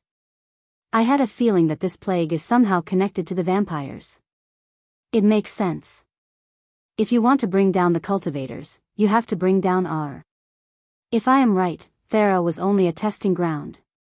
If we don't do something, soon the plague would spread throughout the continent. Gaia's words put a deep frown on Eve's face. Our could win wars against armies, but no one was equipped to win against the plague. Even the most talented scholars and healers in Empress Court failed to find a cure for the plague until now. They made no progress. A single person could spread the plague and destroy a powerful kingdom without waging war. The mere thought of it shook Eve to the core. Then it's a good thing you have me. Michael drew a line along the spinal cord with the jade dagger before sending a needle into the spinal cord itself. Whoosh! As Michael was extracting the bone marrow, Nightmare landed beside them with the barrel in his hands. Here, race your fresh water, put it here, Gaia instructed the Nightmare as Nightmare walked towards the bench and placed the barrel beside the table. That's gross, Nightmare rolled his eyes seeing the needle getting filled with a thick grayish liquid. How long will it take? Eve couldn't help but ask Michael. She had lost so many closest family members in the last couple of weeks and couldn't bear the thought of losing her father, mother, and sister. But she lacked the knowledge or ability to find a cure. Deep down she knew she didn't have a way to save her family. That was the reason she drowned herself in battle. Ghost was the last ray of hope she had. System, instead of answering Eve, Michael put the flesh and the needle into his system's storage. Then, he summoned the system. Analyzing the samples, creating a formula, converting the formula into a potion recipe, Michael waited for the system to finish creating the formula patiently even though time was of the essence. Just give him some time, Gaia said to Eve, noticing Ghost's silence. Visit. For a better user experience for almost 10 minutes, only silence filled the lonely mountain and they heard nothing but the melody of the waterfall. Cure found, imparting the recipe into the host's brain. Finally, the system etched the recipe into Michael's brain in the form of a potion recipe. He was suddenly flooded with new knowledge about the plague and a potion to cure the plague. With his new potion, he could not cure the sick but also prevent anyone from getting infected in the future. But unfortunately, his knowledge about the plague also came bearing a piece of bad news. According to Jennifer's condition, she didn't have much longer to live. At most, she had 2 days with the constant supply of healing potion. Eve, when Michael finally turned his gaze towards Eve, her heart almost skipped a beat. She shivered, waiting for his next words. I have the cure, but we need to find the ingredients fast, since time was of the essence. Michael even tried to buy the ingredients from the system store, but the system required 600,000 badass points. Even if he took along, he wouldn't get 600,000 badass points. Hence, the only way to get the ingredients was to buy them somewhere. But hearing Michael's words, Eve's face brightened and at last, a relieved smile appeared on her face. Anything. Bunyip bone, Hydra hook, Dryad lock, Behemoth eye, Naga scale, Walperdinger antler, and plague barberry. You don't have any of these back in the castle. We need to buy them somewhere and we need them fast. Your sister has only 2 days, Eve shuddered, hearing his last words. In a blink of an eye, her mind was flooded with the sweet memories she had with her little sister since they were little. Then what are we waiting for? let's go to the Aqua Palace and buy these. I am pretty sure they have everything you need. Nightmare always tried to stay positive, but Gaia shook her head sighing. Aqua Palace is in Kingdom Sil Allery, not in Thera. We will go to Sil Allery. I don't give a damn about the lockdown. I will kill anyone who stands in my way, Eve said with a stern, dominating voice despite her condition. However, Gaia knew that the lockdown wasn't the only obstacle they had. Visit. For a better user experience, it would take at least 2 days to reach Sil Allery. But I have a way and you might not like it. Gaia paused for a few moments before shocking Eve with her words. The rot guards have a portal to get to Sil Allery.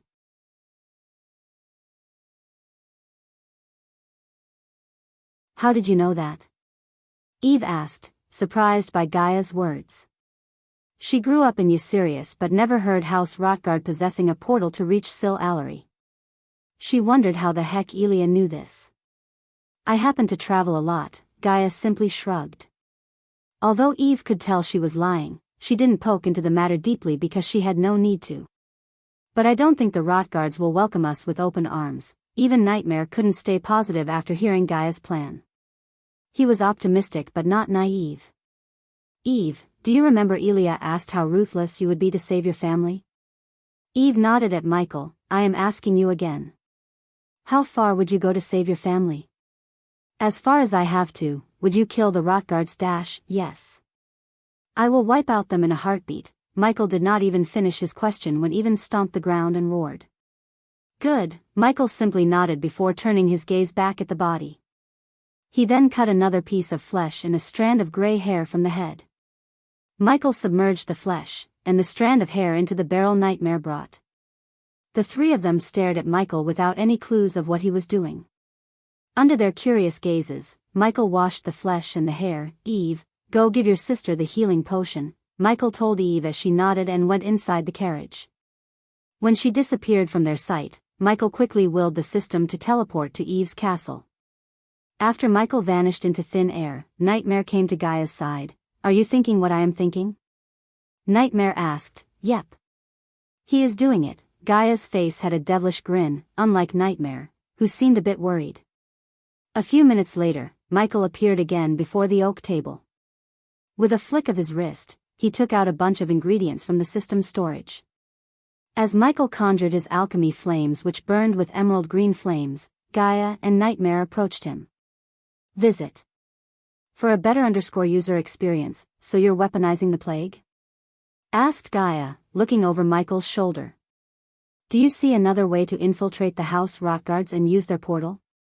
Michael didn't look at Gaia but focused on refining the ingredients. I just want to make sure it wouldn't come back to bite us in the butt. It won't. When I finish modifying the plague, it will only affect the soul refiners and fusion stage cultivators, Michael explained while extracting the essence from the herbs. Initially, Michael thought of making the plague airborne and affecting all the cultivators. They hadn't taken the vaccine he was about to create. However, the modified strain of plague would be extremely unstable and prone to mutate. Moreover, Michael did not want to start a pandemic that he wouldn't be able to control. Since Michael had reached the fusion stage, he did not need to kill the weaker cultivators with the plague. Instead, Michael decided to modify the plague strain with the help of the system to only affect fusion and soul refining stage cultivators.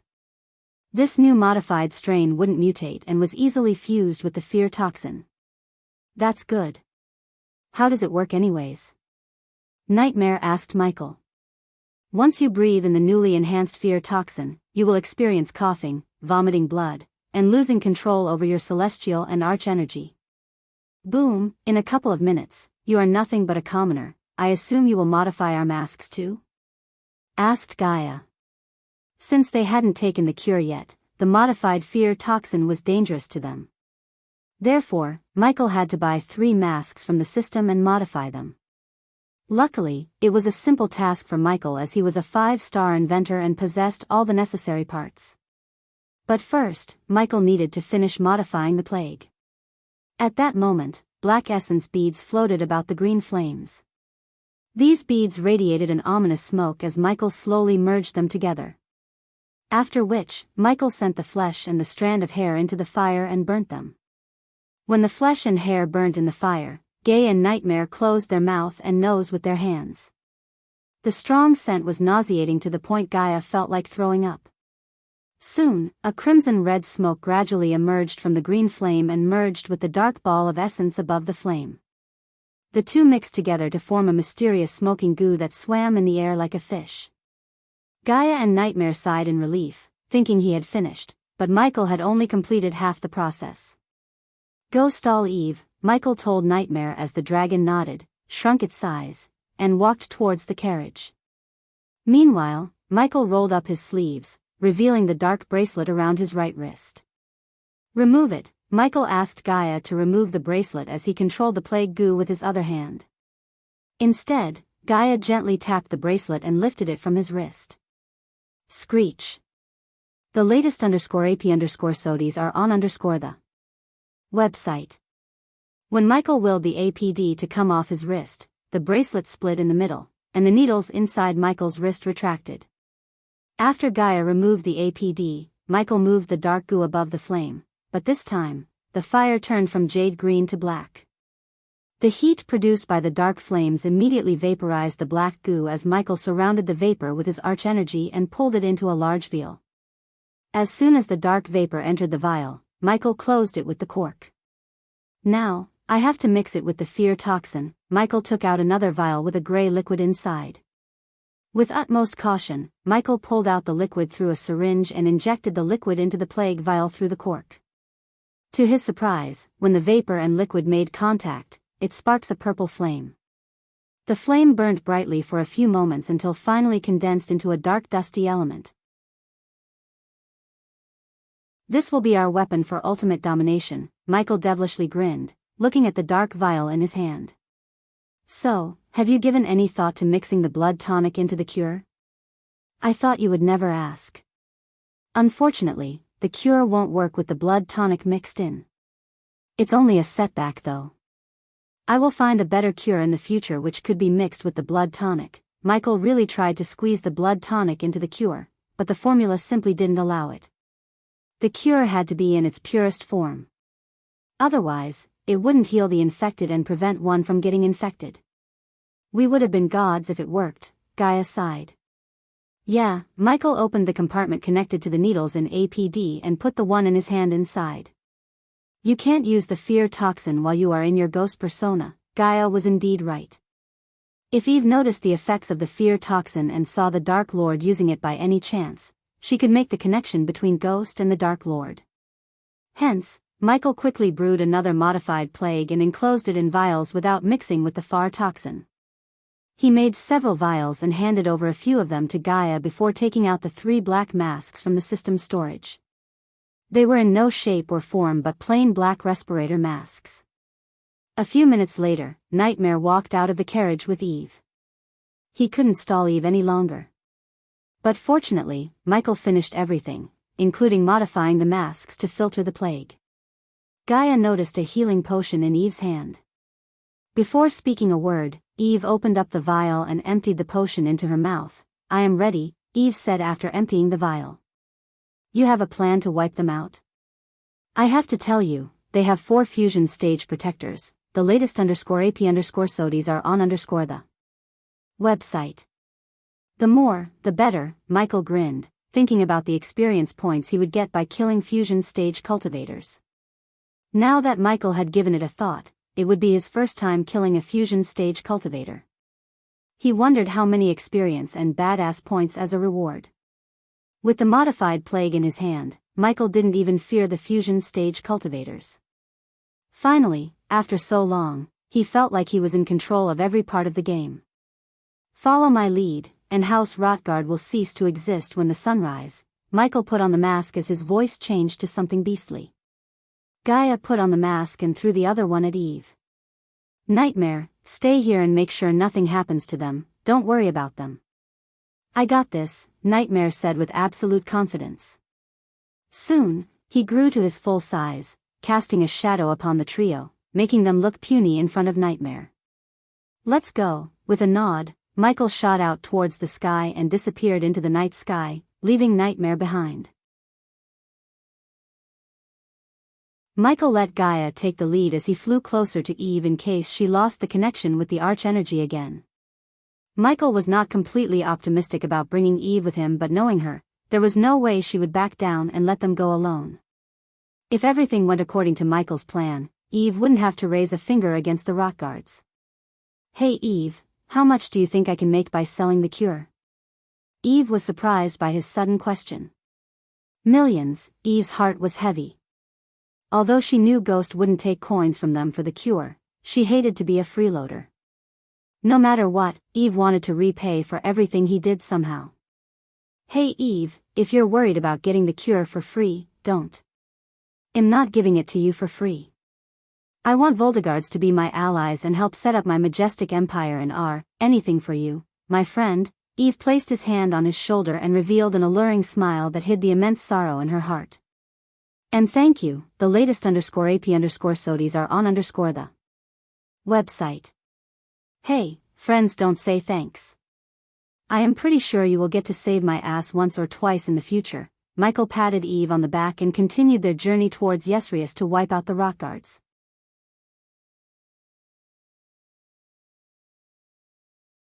A few days ago, Ethan and Imelda followed Diana into her room in the Winston Manor. "Diane, stop," Imelda called out to stop Diana, who strolled into her room, blasting the door open. After she entered, Ethan quickly closed the door behind her. Despite Imelda calling her repeatedly, Diana didn't even turn around but rushed into the room. After entering the room, Diana walked straight to the book rack beside the black bed. "Diane, please listen to us." Ethan slowly approached Diana as she pulled out a crimson-red book from the neatly stacked books on the rack. As soon as she pulled out the book, a golden light enveloped Diana before the orange curtains were replaced by dark curtains, turning the room dark. But the chandelier hanging down the ceiling lit the room as Imelda saw the books rack slowly moving aside. Imelda was startled to see the dark robes, black swords, and daggers on the wall behind the book rack. A cold chill ran down her spine, looking at the wall because it reminded her of the memories Imelda desperately tried to forget. "Diane, just stop and think about this. You cannot go up against the Guardians." Ethan tried to stop Diana. But no matter how many times Ethan called her, Diana simply didn't bother to listen to him. Instead, she waved her hand as her golden robes turned dark. The next moment, the dark robes on the wall slowly floated to Diana. You still have them." Imelda stuttered while Diana put on the robes and the dark black long coat over the robes. She was about to take the two black swords when Ethan placed his hand on Diana's shoulder. "Listen to us, Diane. Please." "I am done listening." Ethan had never heard a colder voice than Diana's. But, to be honest, it frightened him. But still, Ethan didn't back down as he turned her around using his strength because, despite her look, she was a hell of a lot stronger than him. When she finally turned around, her cold gaze swept across Ethan, pushing him a few meters away from her. "Diana, what's all this? I thought you put that life behind you," Imelda stuttered. "Visit. For a better _user experience, Diana, I know how you feel. I am furious too. But we cannot let our anger blind our judgment. We cannot go against the Guardians. If the Sky Hall knew you're back into cultivation, they would imprison you. In the worst case, they would." Ethan couldn't finish his sentence, saying they would kill her. "They caged our daughter. They tortured her." Diana clenched her fist, speaking each word with dead coldness. "Everything was orchestrated by the Guardians so they could get something they wanted. It's the vampires who kidnapped Sabi." Imelda swallowed the fear in her heart to utter these words. "They were just an arrow." "The one who fired the arrow was the Guardians," Ethan growled. It was true that Ethan didn't want Diana to go against the Guardian. However, it didn't mean he wasn't furious. Only if Ethan had the power, would he have destroyed the Guardians by now. Since it wasn't the case, he had to stop Diana from making any decision they would all regret later. "Get out of my way, Ethan. I am constantly failing to protect my children, and I am sick of it." Diana turned around and grabbed the two swords from the wall. Imelda shivered to see the black swords in Diana's hands. Unlike Ethan and Diana, only she knew what really happened 21 years ago in the forest. She knew what the Sky Hall was capable of. Granted, Imelda felt the same anger as Ethan and Diana after she heard what happened to Sabrina, but her fear of Sky Hall overshadowed her anger towards the vampires and the Guardian Guild. For the first time, Imelda felt grateful toward Ghost. If it wasn't for him, Sabrina would have died twice. Although Sabrina told everything that happened to her except the truth about Ghost being the Dark Lord, the three of them knew Ghost was the Dark Lord. You didn't fail them, Diana. I did. As a father, as a husband, I failed, Ethan sighed, swallowing the lump in his throat formed due to grief and helplessness. Both of you please, Imelda stepped forward, let's talk this through. Diana, you're not Harriet Hunt anymore. She died in R. Forget about Sky Hall. If the Hunt family knew you are alive, they would be at our doorstep the next moment. However, Diana didn't bother to pay attention to Imelda because anger consumed her mind and heart. Think about Noah and Rowena. If you go against the Guardians, our secret will be exposed. What do you think will happen next? Ethan asked Diana. You agreed when we told Sabrina not to say a word about anything to Rowena and Noah. Please Diana, stop, Imelda begged Diana. Just like she said, the three of them told Sabrina not to reveal anything that happened to her to Rowena or Noah.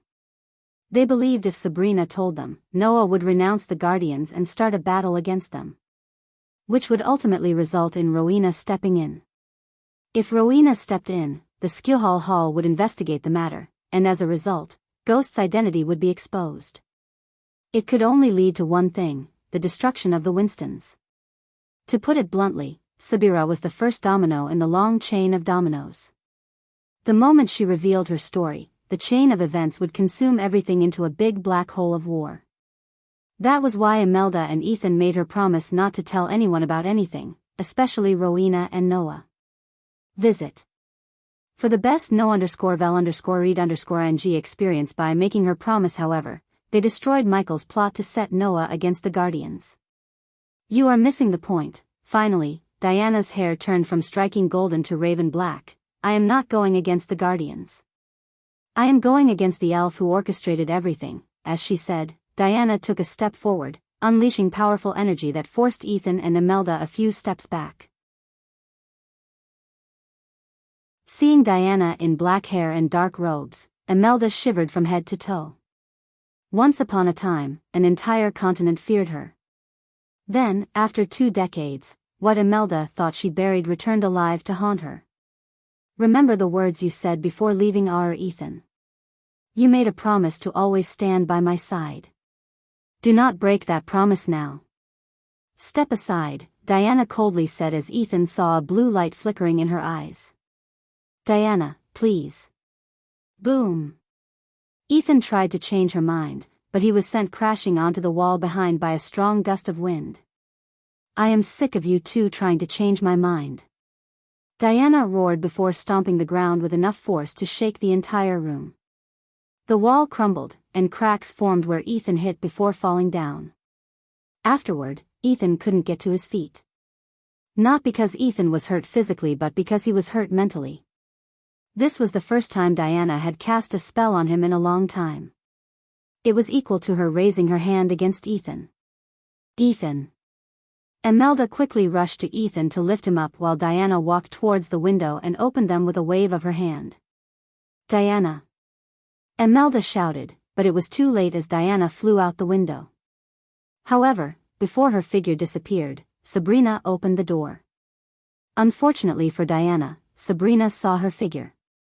For a few moments, Sabrina just stared at the open windows. Only then did she notice Ethan on the ground. Visit. For a better user experience, father. Sabrina dashed at Ethan and quickly helped him up. What happened? Was that mother? No. Imelda immediately shrieked, denying the truth. Ethan, on the other hand, just remained in silence.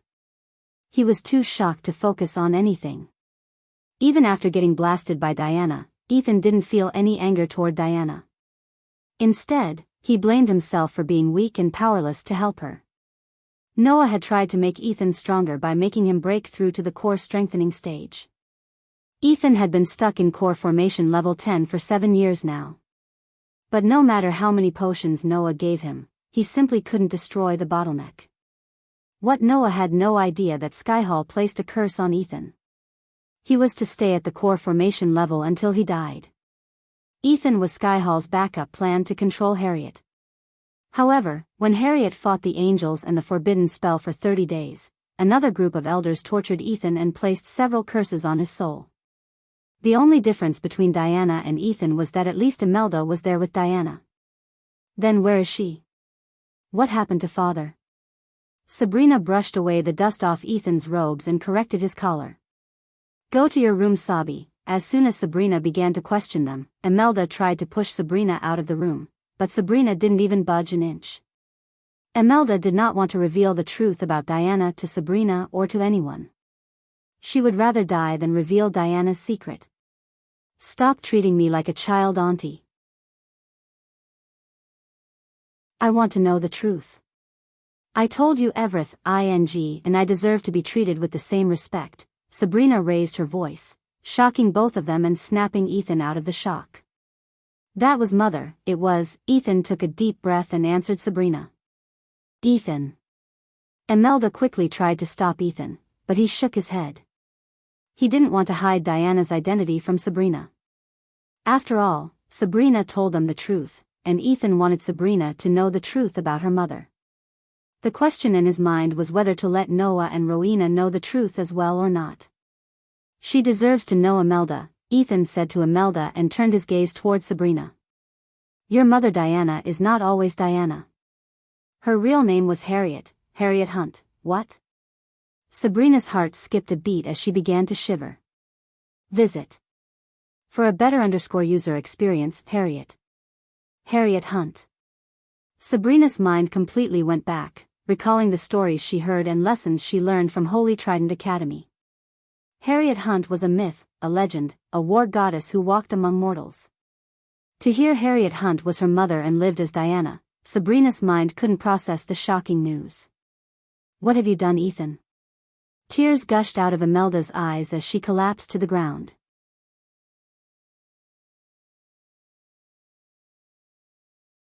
You serious? A city previously buzzing with people now seemed deserted. The beautifully complex stress was empty, void of any people. It was a clear indication of how hard the plague hit Ysirius. Unfortunately, the rest of the kingdom Thera wasn't in a better condition either, as the plague had already infected 95% of the kingdom. Soon the entire kingdom would be placed under lockdown by order of the Empress. As they flew under the drizzling dark clouds, Michael, Eve, and Gaia reached Ysirius borders that separated Kingdom Thera from the ocean. The sea view castle of House Rotgard stood mightily sprawling with guards. Not a single place was left unguarded, and despite the massive size of the grayish castle, House Rotgard deployed enough guards to prevent anyone from entering the castle. The mighty castle was the most mediocre one Michael had ever seen. It was a square castle with one tower accompanied by 4 mini-square towers in each corner. Each of the towers had 4 archers looking in all directions. In addition to the archers, 2 groups of soldiers walked back and forth on top of each wall. It wouldn't be easier to avoid the archers, soldiers, trebuchets, giant crossbows, and magical arrays placed around the castle without getting detected. So, using the dark clouds as their cover, the trio scanned the castle for weak points. Yet as far as they could see from above, the walls contained no holes, the soldiers patrolled the walls and the compound with full vigilance, and the magical arrays protected the castle from an intruder entering the castle through the tallest tower. The only way to enter the castle seemed to be the main gate, which was flanked by 2 groups of soldiers led by one soul refining stage cultivator in magenta robes, symbolizing the high status among the rock guards. No one could get inside or outside without the soul refiner's knowledge. This is troublesome. Gaia used her senses to see the translucent shield covering the entire castle. Normally, people would place additional runes to keep the arrays hidden, but the rock guards didn't bother to. Hence, the 3 of them could see the arrays and runes engraved on the castle walls from above. For naked eyes, the castle looked no different than any building, but to Michael, the castle almost looked like a Christmas tree with decorations thanks to the glowing runes. "We can go all out if you think you can take them out," Gaia said to Michael, "or I can summon spectral wasps to carry the potions into the castle undetected." Gaia's second option drew Eve's attention. Eve was oblivious to the fact Michael had weaponized the plague and contained it in several vials as potions. The problem was, however, how to send the vials into the castle without exposing the drones, as Michael planned to send the drones carrying the plague vials. That's where Gaia came in. The spectral wasps were just a cover-up to hide the drones and spiders from Eve's eyes. "What potions?" "You will see," Michael calmly said. Although Michael had told Eve about using the plague against her enemies, he still hadn't revealed he finished weaponizing the plague. So instead of explaining, Michael wanted Eve to witness the plague in action.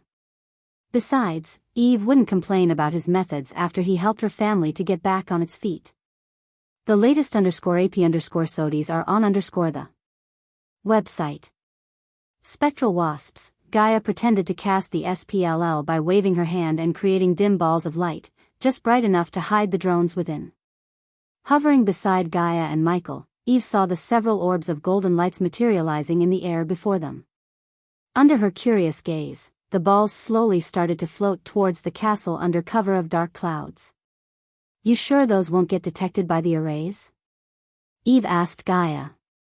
"We will find out soon enough." Gaia didn't show any signs of concern or anxiety on her face because she was calm.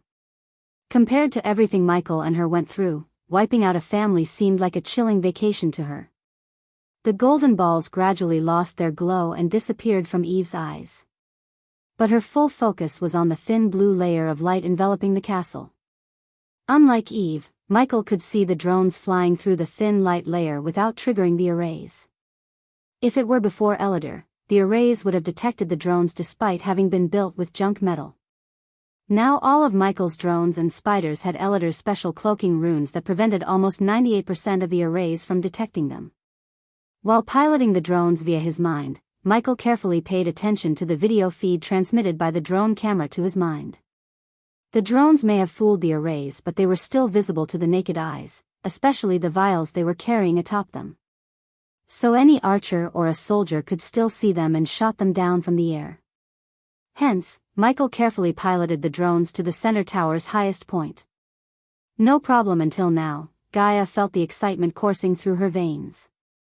If the drones got detected, which was highly unlikely, she could go rampage on the rock guards. Otherwise, she could walk through the main gate and kill the plague-stricken rock guards, which would be as easy as killing insects. Either way, the fate of the rock guards was sealed. She almost felt pity for the rock guards but didn't show her emotions to Eve. To be honest, it was quite common in R. Like any other continent, R wasn't an exception to the rule of killing or being killed. If you were not strong enough and you were in someone's way of getting more powerful, you were as good as dead in R. The Voltigards put survival over helping others, which led them to be almost exterminated by the rock guards. However, Gaia admired how rock guards handled themselves. As soon as the plague hit Thera, rock guards closed their compound to anyone and ordered everyone to stay put except for a few groups. They completely cut out any ties from the outside, including drinking, eating, or having physical contact with others. Compared to Voltigards, they certainly had better scholars who gave proper advice and safeguarded the rock guards. You have a plan to start over? Putting the Voltigards back on their feet won't be easy. At the same time, Michael was busy piloting the drones into the castle undetected. Gaia started a conversation about the future of the Voltigards. Visit. For a better user experience, I'd rather let my father take of it. He has been leading us for decades and it won't change anytime soon. I only wish we can cure him sooner. Eve was a great warrior, and Michael could vouch for that. However, her leadership qualities were still hidden. No matter how good of a friend Eve was to Michael, he wouldn't recommend handing over House Voltigard to Eve without knowing how good of a leader she was. Since Michael planned to make House Voltigard his ally, he wanted someone great to lead the house to a golden age.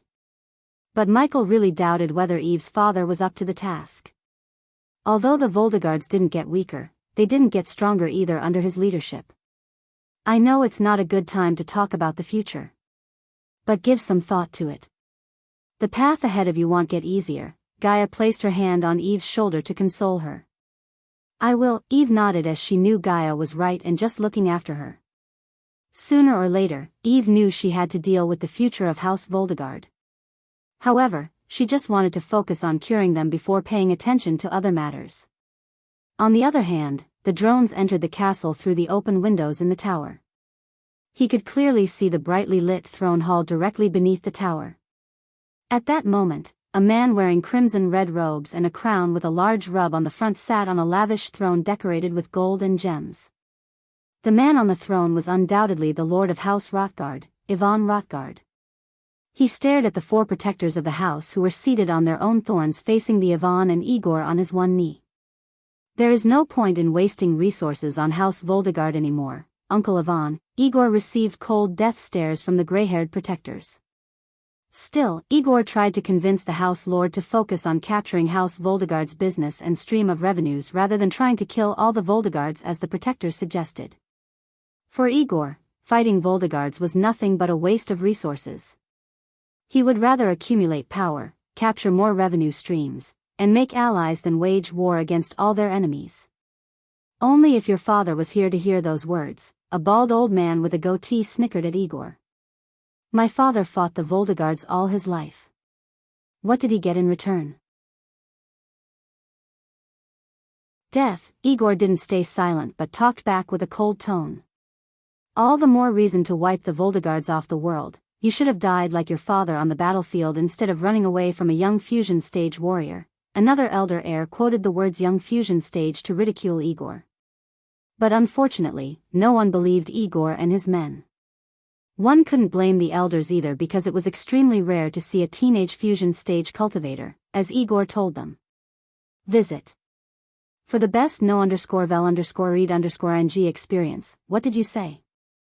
Igor raised his voice and was about to dash at the old man when Ivan roared. Silence. Ivan shouted echoed through the empty throne hall as his voice shook the hall like an earthquake. Every single person who has Voldegard in their name must die. After the echoes stopped, Ivan coldly declared. House Voldegard shall cease to exist before the first light. Protectors, Ivan turned his cold gaze towards the 4 elders flanking Igor. See to their destruction. No more excuses. What about their allies? An elder who ridiculed Igor asked Ivan with a murderous grin on his face. Ally of the Voldegards are our enemies. Destruction is what I would grant them, Uncle Ivan. Listen to me, too much power vacuum will open our city to new powers, powers we may not be able to handle. You dare to question your house lord? An elder slammed his throne and rose to attack Igor, but a single glance from Ivan stopped the elder from doing so. You are not the house lord, Igor. The only reason I tolerate you is you're my nephew.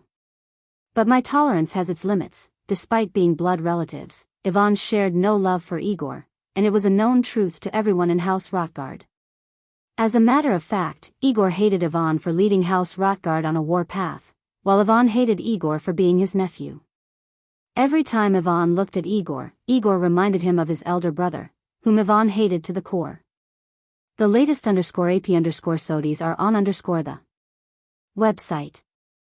Only if his ancestor hated Igor as much as he did, he could have killed Igor long ago while Igor was studying in Sil Allery.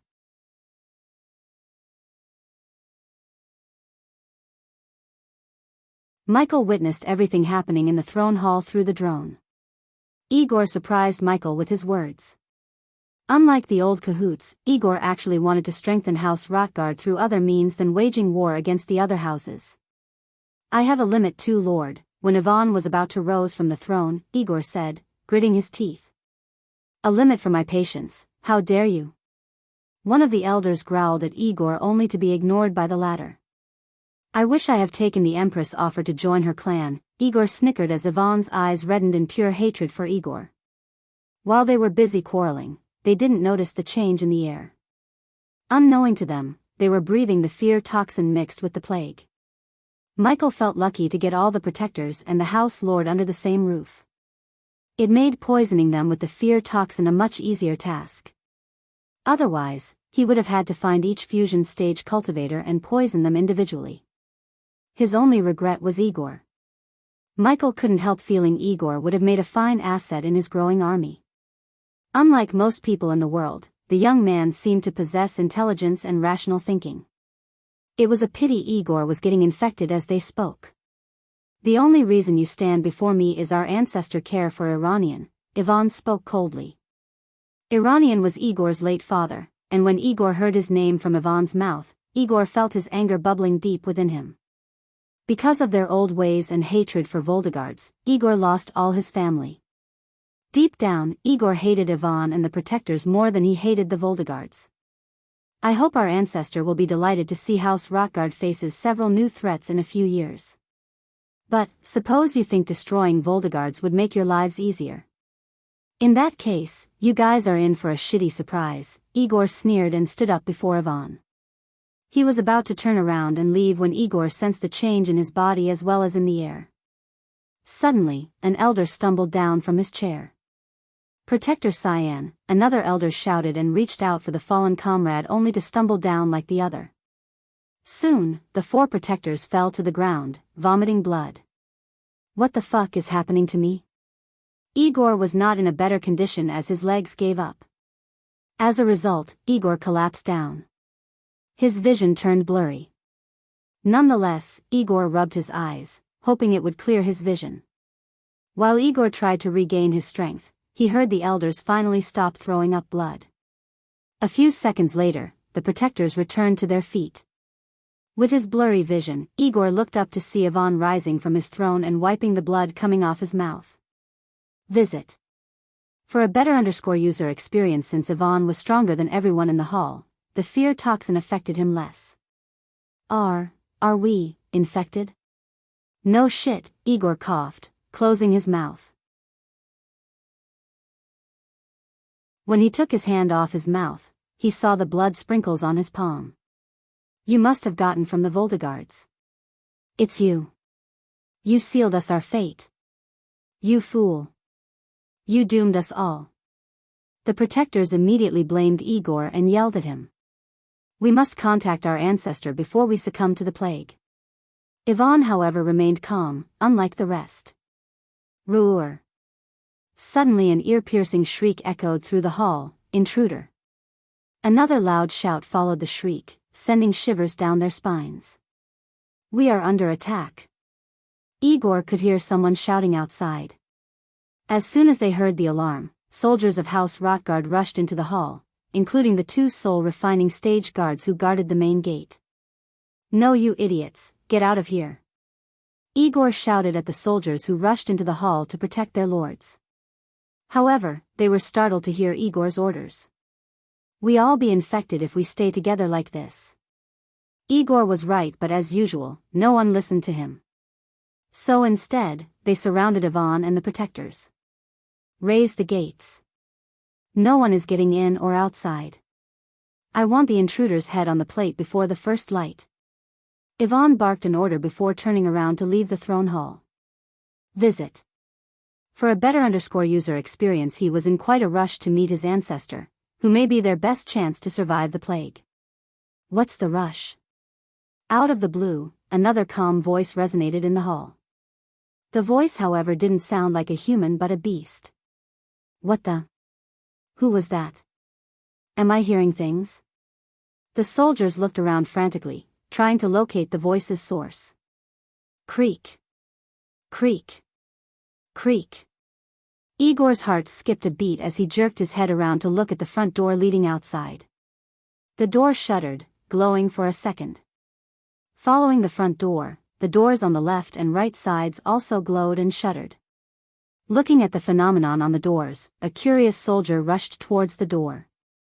He tried to open the door, but no matter how hard he pushed, the door didn't budge. It's locked. Igor sighed. Someone locked us in the same hall. Now we are all stuck here to get infected by the plague. Igor just sat on the ground, rubbing his temples.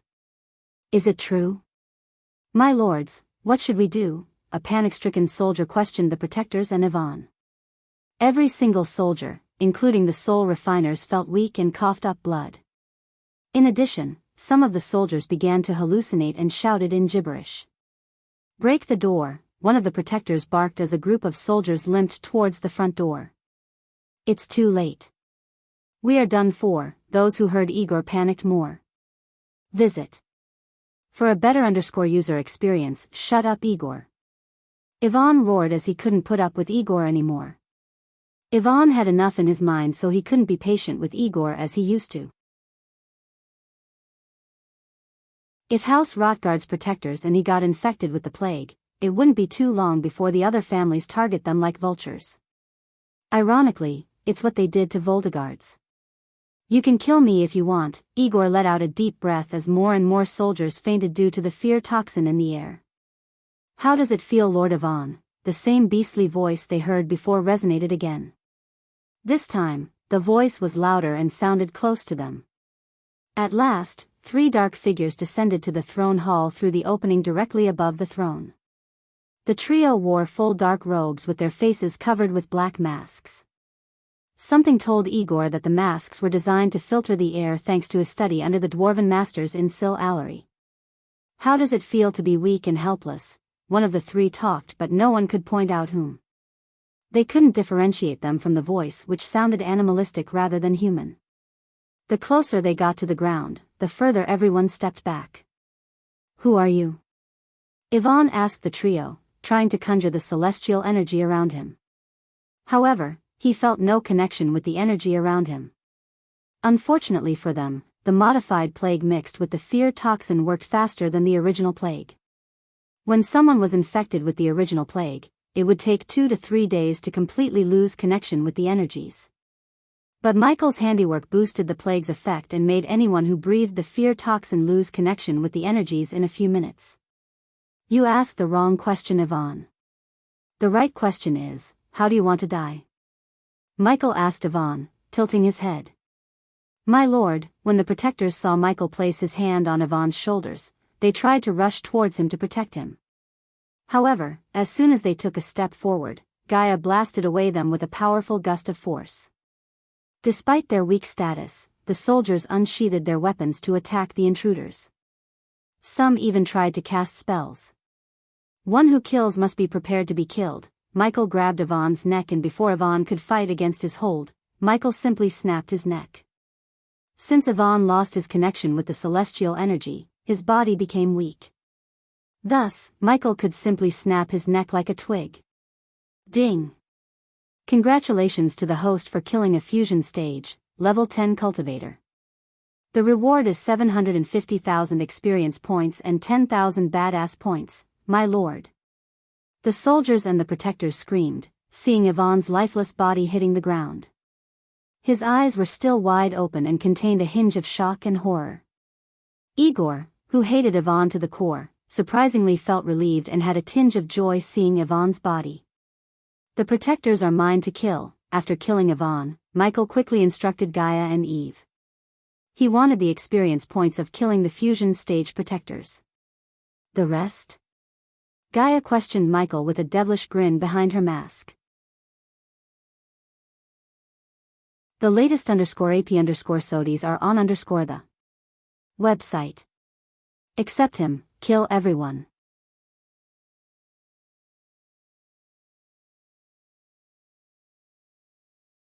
Michael surprised himself by killing a mighty fusion stage cultivator like he was nothing. However, the killing came with a shock that he wasn't aware of yet. The protectors and soldiers looked pale and shivered after witnessing Ivan's sudden death. Even Eve's heart shuddered seeing Ghost's power. She was glad Ghost was on her side. On the other hand, Gaia conjured a fireball and snapped her fingers, turning the ball of fire into a long arrow. Considering she was in her Elia persona, she could not use the powerful spells in her arsenal. Almost all her spells utilized her poison, which radiated an emerald green mist. Fortunately, the weakest spell, like the fire arrow, could kill the 6 soldiers. "You should blow off some steam by killing them," Gaia advised Eve. Gaia's voice pulled Eve out of her shock. "Ah yeah," Eve nodded. She felt no remorse or pity for the House Rotgard soldiers after she witnessed Rotgard massacring her family members. After killing Ivan, Michael put the fear of God in everyone's hearts. Moreover, the fear toxin terrorized their brains by enhancing their fears several folds. In a blink of an eye, Michael appeared before a protector and grabbed him by his neck. The old man punched Michael's hand and kicked him in the gut, trying to escape his hold. Yet all of his attempts yielded no fruits. Finally, with a simple flick of his wrist, Michael took out the jade dagger he used to carve the elf's decayed body. Pulch. Michael plugged the dagger as deep as he could through the old man's rib cage. The blood splashed across Igor's face, snapping him out of shock. Still, Igor couldn't even take a step toward the black-masked monster who killed his uncle in a blink of an eye. Igor knew he should feel anger and fury, but surprisingly, he didn't feel anything. Instead, his hatred and disappointment towards the protectors and his uncle reached a point that Igor couldn't care less about them. However, Igor hated dying in the throne hall. He had so much to live for. Despite the obvious death, Igor sighed and decided to die like a man, then begged them for mercy. The elder who got stabbed was just at his arm's length, but Igor felt no urge to save him. Instead, Igor stared at the dark-robed figure stabbing the elder again and again and again until the elder's white robes turned red. It was not a kill but a statement. Seeing the brutality, the rest trembled in overwhelming fear, which caused some of them to lose consciousness and hallucinate. Michael dropped the dead protector down and stomped the head, crushing the skull under his feet. Ding! Congratulations to the host for killing a fusion stage, level 2 cultivator. The reward is 750,000 experience points and 10,000 badass points. Congratulations to the host for leveling up. The current level is the fusion stage level 2. The fear tightened Igor's muscles as his legs refused to move even though the killer was walking toward him. Shit, Igor panicked and tried to step back only to fail. Taking a few steps, the killer reached him. However, the killer walked past him instead of killing him as Igor expected. Boom. Visit. For the best no_vel_read_ng experience on the other hand, Eve leaped into the air, and in the mid-air, she flicked her wrist as a golden spiked mace materialized in her hand. She brought down the mace upon the soul-refining stage guard. The poor soul tried to cast a spell to leap away as his body and mind were trained to cast spells. But he forgot that he had lost his ability to cast spells. As a result, he didn't move an inch until Eve brought down the spiked mace on his head. The golden mace crushed his skull as bits and pieces scattered across the hall, and a few chunks ended up on some soldiers' faces. Some soldiers outright fainted on the spot and got stepped on by Michael on his way to the two protectors. Seeing Michael walking toward them, the two protectors lost their courage to fight. Instead, they turned their backs on Michael, running towards the door as fast as they could.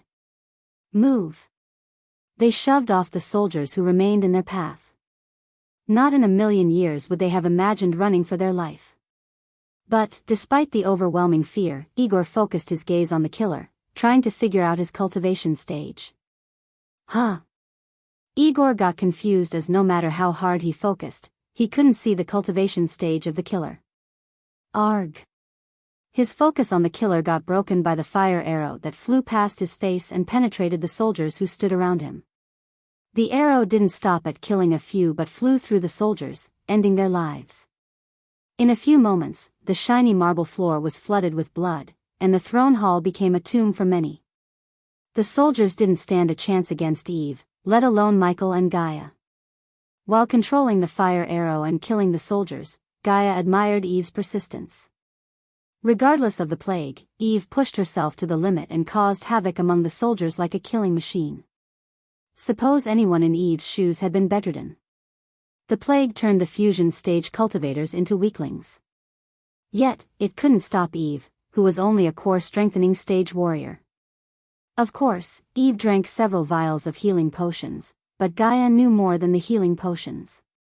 It was persistence and endurance that fueled her. Boom! Boom! Boom!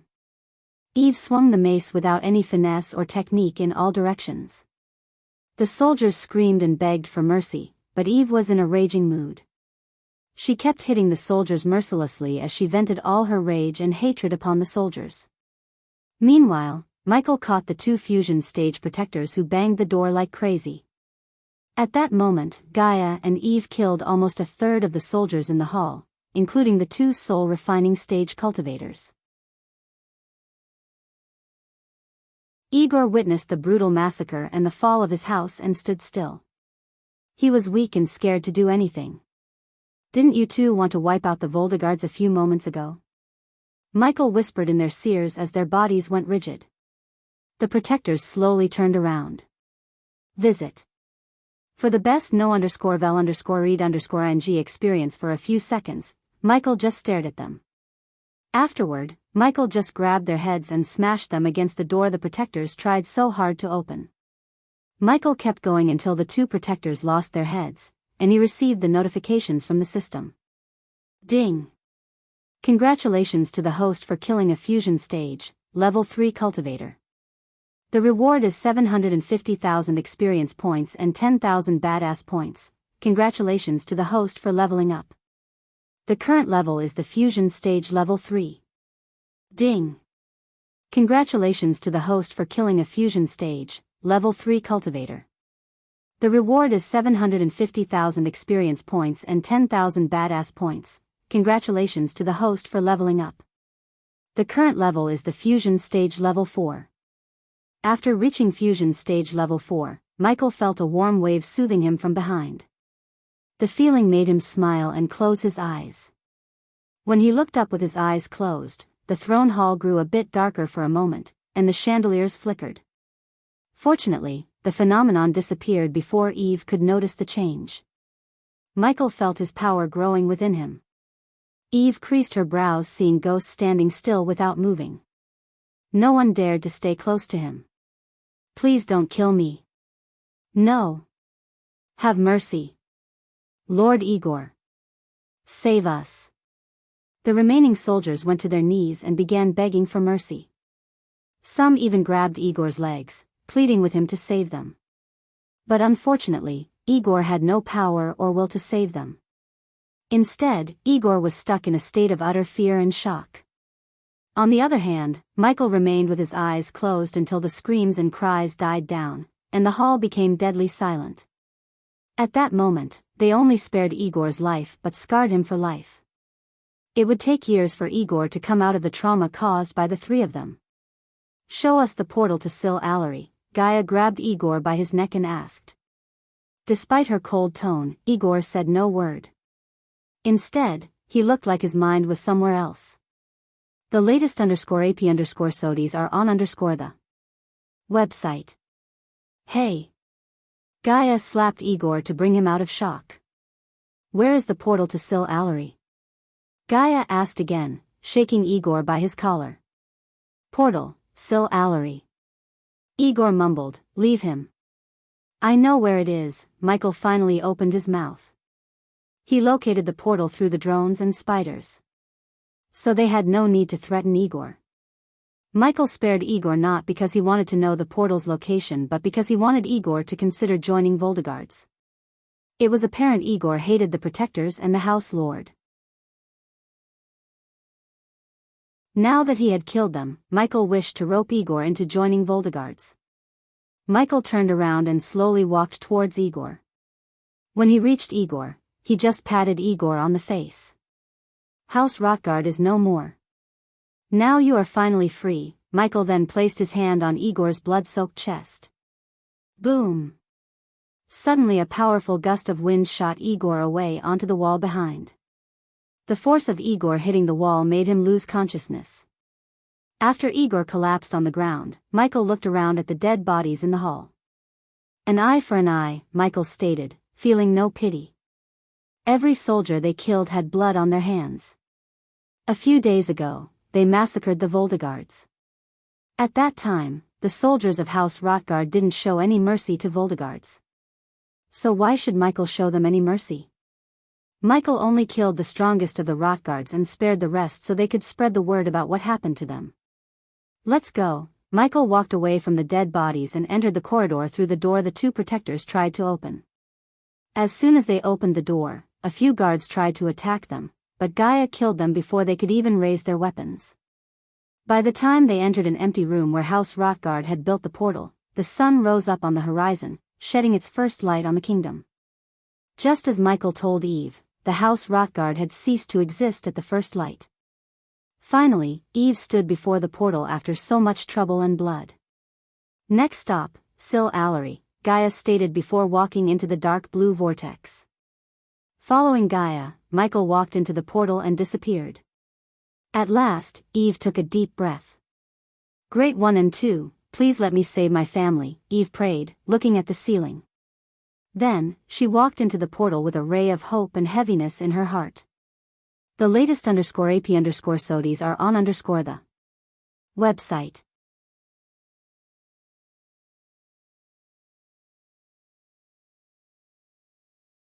The kingdom of Sil Allery was one of the three kingdoms in Aur ruled by the elves. As one would expect from a kingdom ruled by elves, elves were the majority of the population, followed by half-elves, orcs, and a tiny number of humans. The kingdom itself was vast, almost double the size of Kingdom Thera, which was ruled by a human king.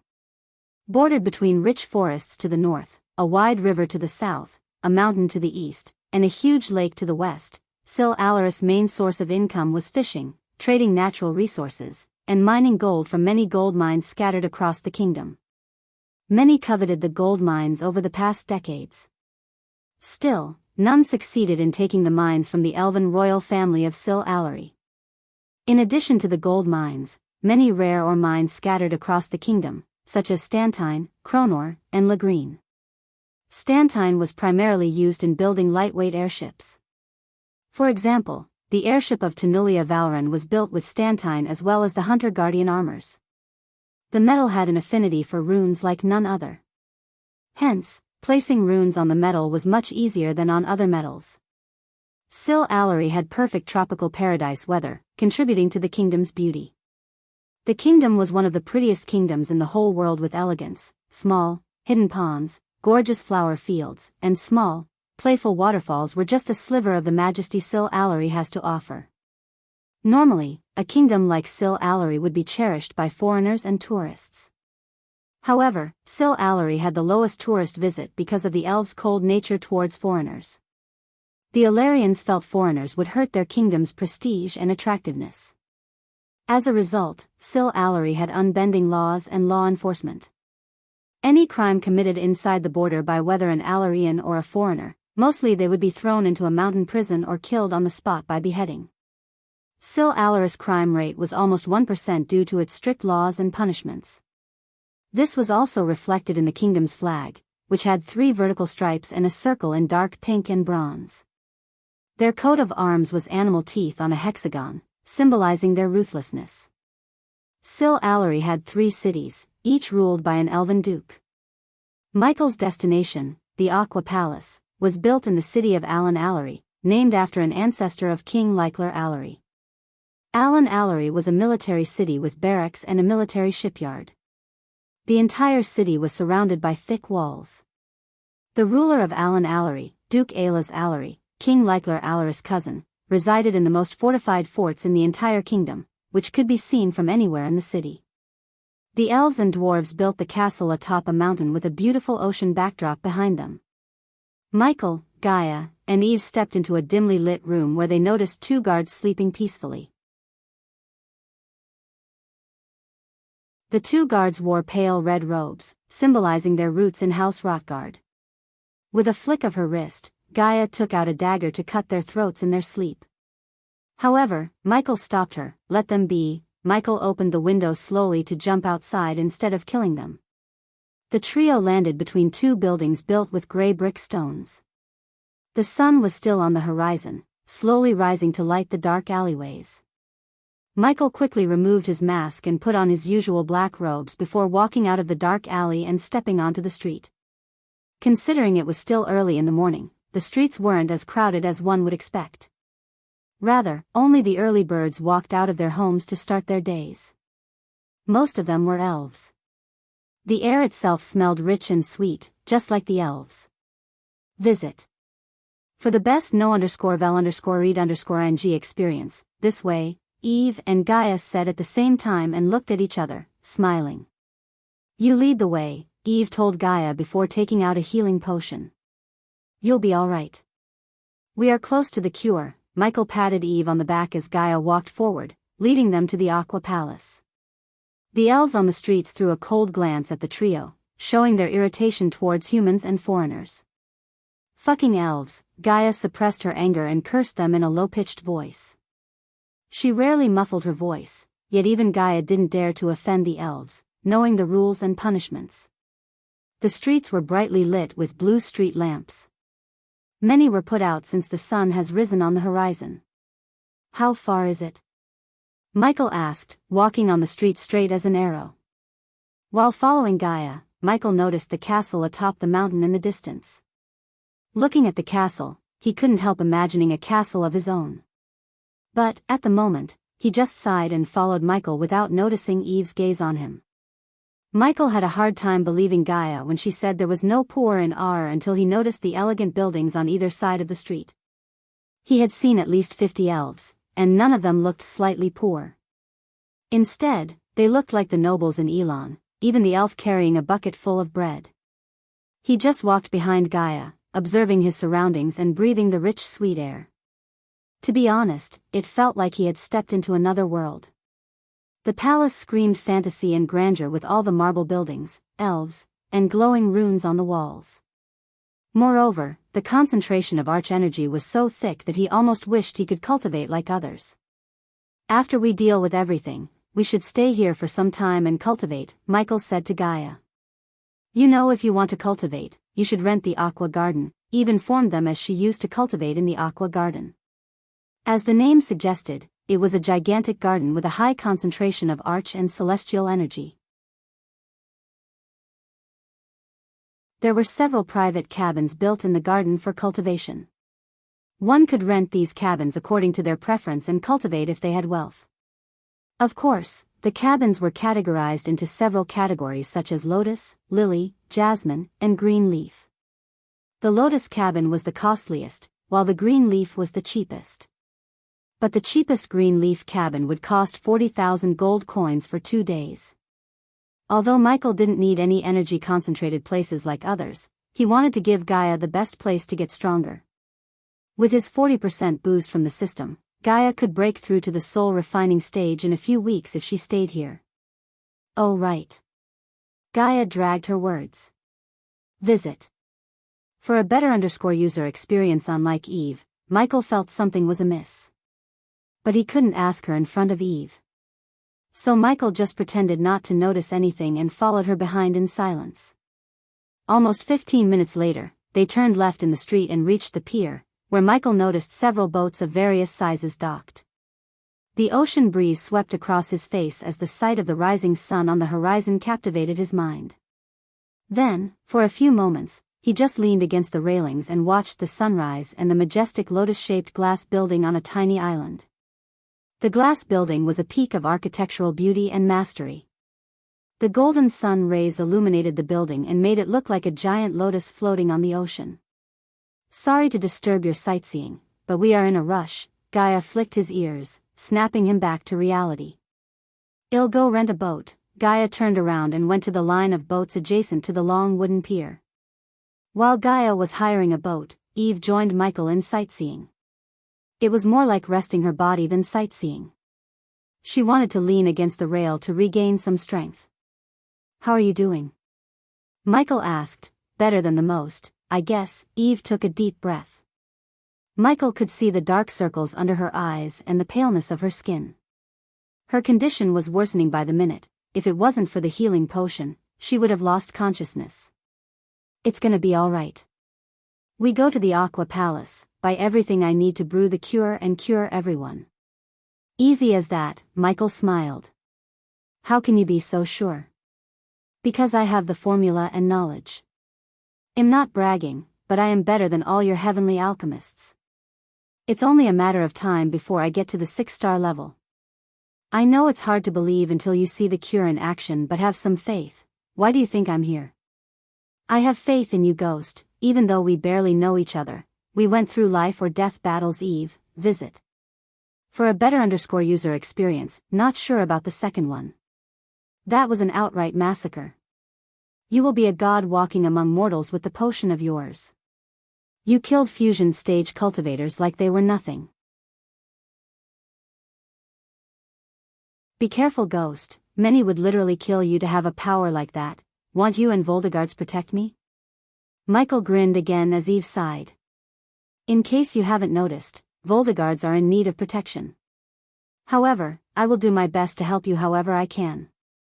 We still have some connections in Ysirius. Michael really appreciated Eve. Even when they were down, she agreed to help him. People like them would be hard to find. Besides, Voldegards reminded Michael of the Sunrise sect. When he first met Claire and the elders in the Heaven's Gate competition, they were the weakest sect on the continent. But nowadays, the Sunrise sect was on its way to rivaling the three big sects themselves. So it was only a matter of time before Voldegards regained their former glory with the help of Michael. At first, it would look like Michael helping them, but in the future, they would be one of his strongest allies in Ar. When we have the cure in our hands, we can play gods in your kingdom, Eve. You really are something, Eve chuckled after hearing his words. For now, she just wanted to cure her family more than anything. Let's go. Finally, Gaia finished negotiating and came to their side. Eve emptied another healing potion before following Gaia behind to a rowboat big enough to hold 4 people, including the skipper, who was a brawny human. Welcome aboard, the man said in a thick voice and expressionless face when Gaia slowly stepped into the boat. Next, she helped Eve get on board, and lastly, Michael. Next stop, the Aqua Palace. Gaia rubbed her palms together, showing her excitement. In a few days, they would earn millions by selling the cure throughout Thera. Visit for a better user experience.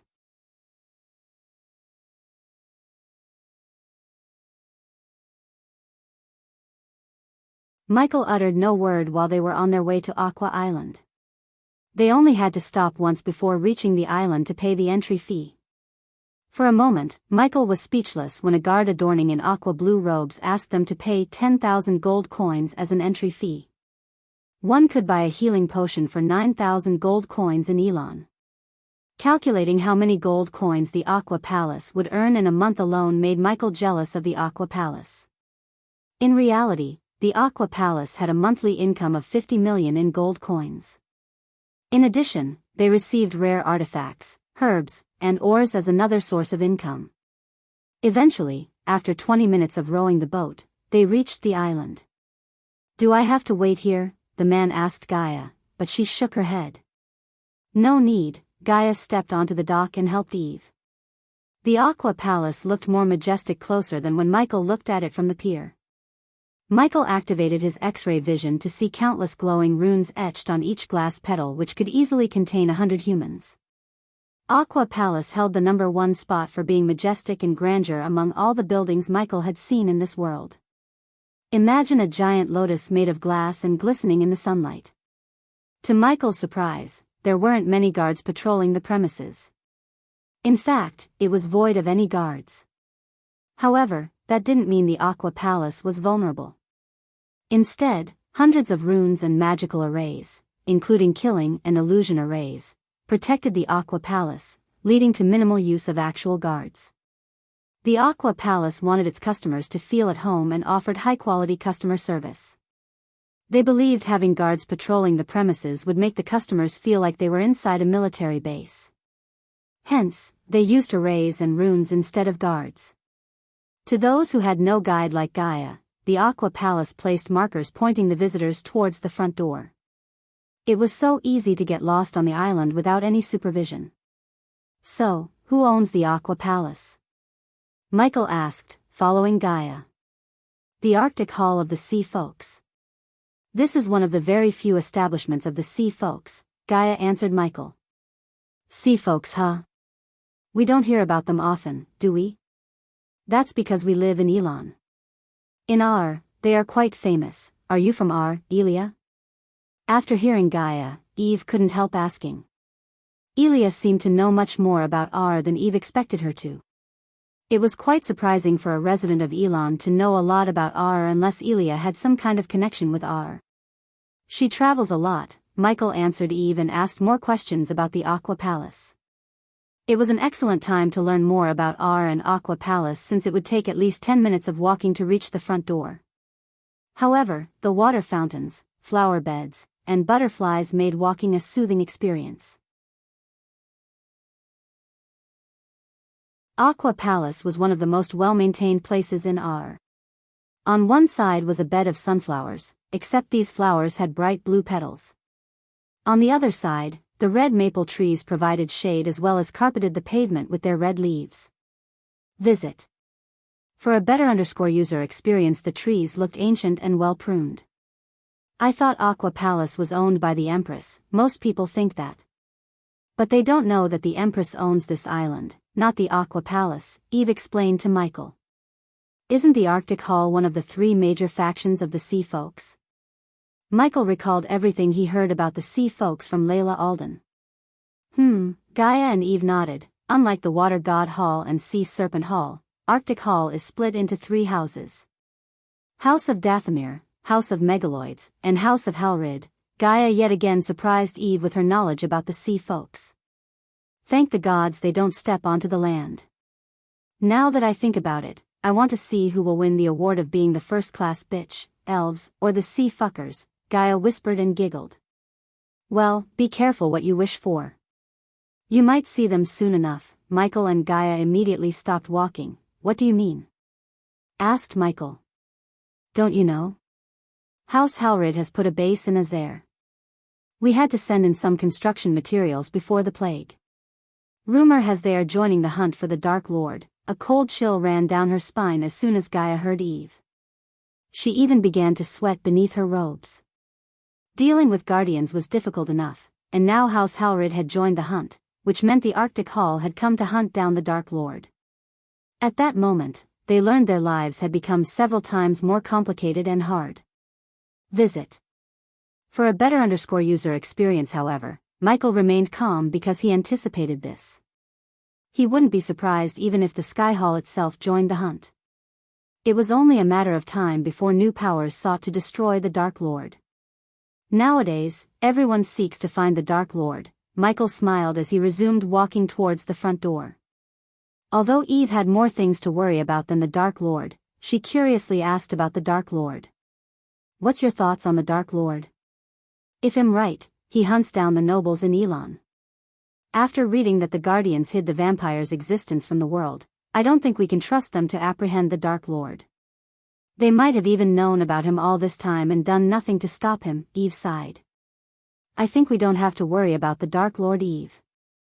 Each of us has enough problems to deal with. He is the Guardian's problem. If they couldn't stop him, there are 7 more great clans. If you ask me, don't believe everything the great 8 clans and the Guardians say. Who knows? The Dark Lord might be what this world needs, Gaia chuckled, putting the seed of doubt in Eve's mind. Suppose Ghost's secret got exposed, they would need as many allies as possible. But what Gaia didn't know was Eve stood beside the Dark Lord until she drew her last breath. Eve's death affected the future Dark Lord as much as the death of Nightmare. Their deaths put Michael on a path to building a time machine that sent Michael back in time. He sacrificed everything he built to bring back everyone he lost. The moment the Dark Lord traveled back in time, he had become the past, and the current Michael became the present. Yeah, keep an open mind, and you won't be disappointed, Michael patted Eve on the shoulder. Finally, they reached a set of white stairs leading up to a set of burnished golden doors. The doors were flanked by a towering orc standing 7 feet and carrying a spear taller than him in a uniform of silver plate armor. The orc said nothing as he opened the door for the 3 of them. Thank you, Michi nodded before entering the Aqua Palace. The Aqua Palaces inside looked just as majestic as outside. At that moment, they were standing in a spacious hall under the glass roof and a humongous-sized chandelier big enough to illuminate the entire building at night. As expected, several lounges were set up for the customers to sit and rest with rare exotic flower plants for decorations. Michael also noticed several half-elves walking around the hall serving drinks and beverages to the elves in the lounges, reading royal news. Some of the elves craned their necks to take a look at the 3 of them. After seeing they were humans, they snickered and took their gazes away. Ignoring those elves, Michael, Gaia, and Eve walked toward the marble counter at the end of the hall. Welcome to Aqua Palace. I am Zen the Vermes. How may I help you today? As expected, they were welcomed by an angelic elven beauty. However, unlike those racist elves, the girl showed no emotions but delight on her face when she greeted them with a wide grin. We are looking to buy some alchemy ingredients. Gaia took the lead as Michael walked around the place like he owned the place. Visit. For the best no_vel_read_ing experience, does my lady have a VIP card? If not, you have to buy a token for 7,000 gold coins and wait for your turn. We will provide you with drinks and beverages, on the house, of course. You're new here? Where is Velitha? Eve asked, surprising the smiling elf. Here, with a flick of her wrist, Eve took out a deep blue card with the words Voldegards engraved in golden letters under the Aqua Palace crest, a water droplet encircled by 2 sea dragons. Forgive me for not recognizing you, my lady. You must be Lady Eve Voldegard. The girl quickly bowed with the utmost respect. We are in a rush, Zenda. So I would appreciate it if you get me these items as quickly as possible, of course. Myriad, Zenda clapped as another elven girl dressed in emerald green robes walked out of the door behind Zenda. Take my Lady Eve Voldegard to Master Aloba, Zenda instructed Myriad and turned her gaze back to Gaia and Eve. Master Aloba is our head of the alchemy section, and he will be glad to help you. With a wave of her hand, Zenda made the marble counter slide open for Myriad. Afterward, the elf began to lead them to Master Aloba. Looking at Eve and Gaia following an elf behind, Michael stopped gawking around and followed them behind. The elf led them to the glass stairs to the second floor, which contained several stairs leading to various branches in the building, but they didn't take any stairs.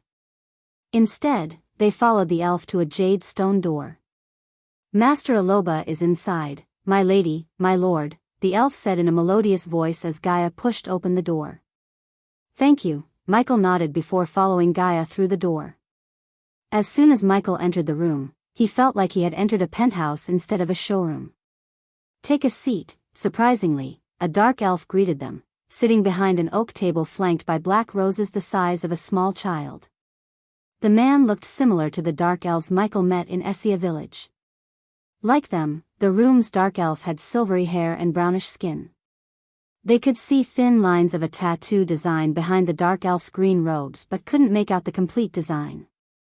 As they approached the dark elf, 3 wooden chairs emerged from the ground for them to sit. Eve and Gaia glanced around the room yet found not a single herb or an ingredient in the room. All they could find were book racks, wooden tables with parchments, and a giant portrait of the dark elf before them. Visit. For the best no_vel_read_ing experience, tell me, what do you need? Ebola wasn't a man of many words. So he jumped straight into business without beating around the bushes. While waiting for Gaia to take out the list, Michael noticed the dark elf looking at Eve like he was scanning her. Luckily, the dark elf said no words, but Michael was sure the dark elf found Eve was sick.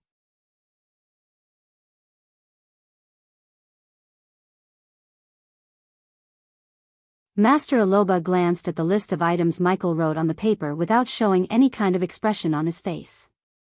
A few seconds later, Ebola finally looked up at the 3 of them. Among the 3, Eve was the most nervous one as her family's fate depended on the availability of the ingredients. That explained why Eve was shaking her legs under the table non-stop. Luckily, the answer Aloba gave them immediately elevated Eve's mood. We have everything on the list. It will be 400,000 gold coins after minusing the special discount for VIP card holders. Wonderful. Well, take it. Michael beamed with joy as the dark elf nodded, showing no expression. Ebola looked like an employee who hated to come to the job he hated the most but had no choice. But, regardless of how Aloba behaved, Michael didn't mind him because he was not here to enjoy the hospitality.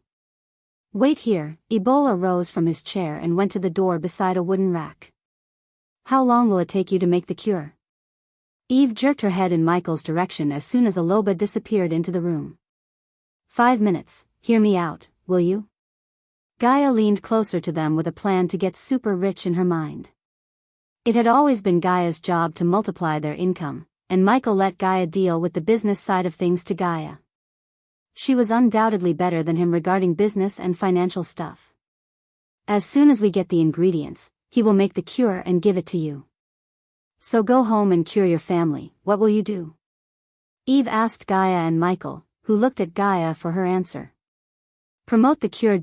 Hearing the door creaking open again, Gaia quickly shut her mouth and leaned back on her chair. To their surprise, Ebola didn't come out carrying any ingredients. Instead, he returned to his seat and slides a silver ring toward Michael. Check if everything is there. Michael took the space ring, sending a sliver of arch energy to view the ingredients stored inside the space ring. It took Michael only a couple of seconds to confirm everything he asked for was inside. Visit. For the best no_vel_read_ng experience, cool.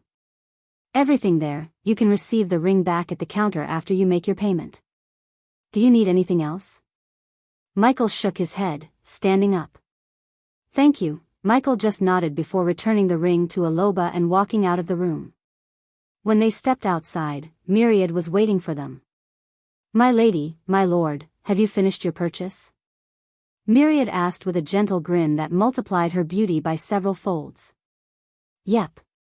Back to the counter, Gaia said as Eve was already on her way to the counter in a rush. She couldn't wait, and if it wasn't for the rule of no use of arch energy inside the Aqua Palace, she would have flown to the counter. Despite seeing Eve rushing down the stairs, Myriad did not change her expression. Instead, she led them back to where they came from and reached the counter. However, Eve had already paid the amount using her pay cube and waited for Michael and Gaia with the silver space ring in her hand. Let's go, Eve rushed Michael. Zenda, would like to use your portal to get to Ysirius. How much will that cost us again? Gaia asked Zenda behind the counter. 5,000 gold coins, my lady. Would you like Myriad to lead you to the portal? Is there somewhere we could quickly brew a potion? Gaia asked as Zenda nodded. Since my lady belongs to the proud house of Voldegards, you can use the VIP lounge of Voldegards. Only after hearing Zenda did Eve remember that they have a lounge in Aqua Palace. The latest _AP_SODIs are on the website. Put a pin on the portal. We will get back to you. Now if you may, please lead the way to the Voldegards lounge, Michael asked Myriad as the elf once again led them towards the staircase. Like before, they climbed the stairs and arrived at a junction where they saw several stairs to the various parts of the building. This time, Myriad led them to the southeast staircase leading to the highest floor. Once they climbed the last staircase, they were welcomed by a brightly lit corridor. The corridor walls were painted in charcoal black and complemented by the walls with shiny marble floors. Instead of chandeliers, the runes engraved on the ceiling lit the place and gave a modernized feeling to the corridor. This way, my lord and my lady, Myriad politely said and walked in front of them. She didn't even ask why she had to lead Eve to her own lounge. Although Eve had visited her lounge a couple of times to attend the auctions, at this moment, the distance between them and her lounge felt like an eternity. After passing through a few doors, Michael's gaze landed on the door with the name The Barnes engraved. As soon as he saw the name, his blood boiled, and his eyes reddened. No matter how hard he tried, he couldn't stay calm whenever he saw something related to Thusia. Luckily, Gaia noticed the name and dragged Michael away from the door. Finally, after passing the door with the door named the Hunt family, they came before the door with the Voldegards engraved in golden letters. Eve quickly flicked her wrist, taking out the VIP card. The runes brightly lit up when she placed the card on the door, and then the door clicked open. You don't have to wait for us. Well, meet Zenda in a while, Michael dismissed Myria before stepping into the Voldegards lounge. The room itself was round, warm, and welcoming. There were lots of dark purple hangings, burnished black metal, and overstuffed sofas and armchairs upholstered in purple and black. The glass wall provided a view of a humongous stadium with thousands of seats around and a grass field in the center. This was the auction stage allocated for only special annual auctions. The stadium was big enough to rival the biggest football stadiums on Earth. The sunlight coming directly above that brightened the grass field like a natural spotlight, made the auction stadium more majestic. The Voltigard's lounge also had a large, purple, wooden mantelpiece with carvings of a Pegasus on it. This was located underneath a portrait of a black-haired man wearing dark purple robes and carrying a golden crane decorated with a large ruby on top. He was the current House Lord of House Voltigard and also Eve's father, Julian Voltigard. In addition, various rose plants grown in tiny pots stood on wooden circular shewer curved to fit the walls, and copper-bottomed plant holders dangled amid the ceiling with ferns and ivies. Michael immediately conjured the emerald green alchemy flames as Eve and Gaia felt the heat radiating from the flames. While the flames were dancing above his palm, Gaia waved her hand as various ingredients materialized on the glass table before them. The anticipation to see the cure prevented Eve from plunging into the overstuffed sofa. Instead, she stood still, looking at Michael throwing ingredient after ingredient into the flame to refine them. "Relax, he got this," Gaia calmly said to calm Eve's nerves and stop her from shivering. But her words alone weren't enough to calm Eve down. The following minutes dragged forever as Eve stared at the colorful beads emerging from the flame without batting an eye. On the other hand, Gaia couldn't hold her excitement. Even the crackling sound resembling wood crack in the fire sounded like music to her. To Michael, however, there wasn't anything dramatic but business as usual. He knew the formula and had all the ingredients. So brewing the potion wasn't a difficult task. After a long couple of minutes, Eve finally saw a sparkling purple liquid dance above the green flames. Soon, the air became sweeter, and they could smell lavender in the air. The liquid danced according to Michael's movement. Finally, after the green flames disappeared, he turned his gaze towards Eve. "Visit. For a better user experience, open your mouth." Without asking any questions, Eve opened her mouth like a child as Michael moved the potion into her mouth. Michael and Gaia waited for Eve to swallow the potion. A few seconds later, Eve just closed her eyes, feeling the warm sensation all over her body. To be honest, she couldn't help closing her eyes and smiling. It felt like an eternity since she experienced the warmth of arch energy running through her energy veins. Little by little, her strength returned to her body, and so did the rosiness of her skin. Eve took several deep breaths before finally opening her eyes. "You're cured," Michael just smiled despite having performed a miracle. On the other hand, Gaia tiptoed, trying to control her excitement. "How do you feel?" Gaia asked, stepping towards Eve. "Great. I am actually cured." "You did it." Eve's eyes turned watery, and a few drops of tears rolled out of her eyes. Following her tears, Eve let out a relieved smile. "Ow," but suddenly, Eve dashed at them and hugged Gaia and Michael tightly. Thank you so much." Eve could barely speak those words through the lump in her throat. She felt relieved and delighted at the same time. With the cure, she would be able to cure all her family. "Just promise me you won't hug us again after you cure your family." Since Gaia wasn't a big fan of hugging people except for Michael, she declared with a sigh. "I told you I have the cure." Michael patted Eve's back and gently pushed Eve away to wipe her tears. "Now just give me a few minutes." Michael conjured his flames again to brew more cures for Eve's family. It took Michael almost 15 minutes to brew 20 potions. In the meantime, Gaia and Eve discussed distributing the cure and opening a majestic store in Ysirius. Since the Voltigars owned many properties in Ysirius, Eve insisted Gaia take one of her buildings and establish the majestic. The business-minded Gaia naturally accepted such an offer and agreed with a wide ear-to-ear grin. "Visit. For a better user experience."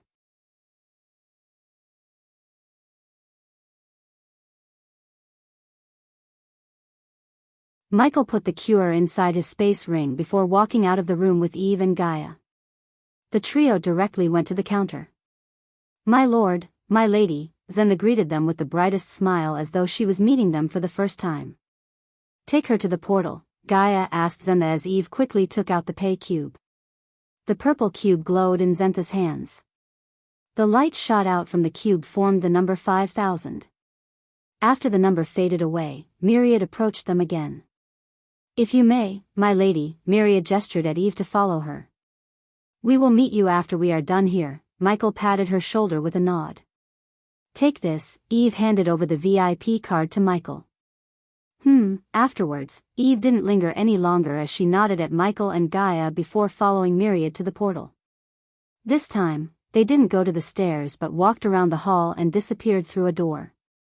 Zenda, if we want to put something precious in an auction, who should we meet?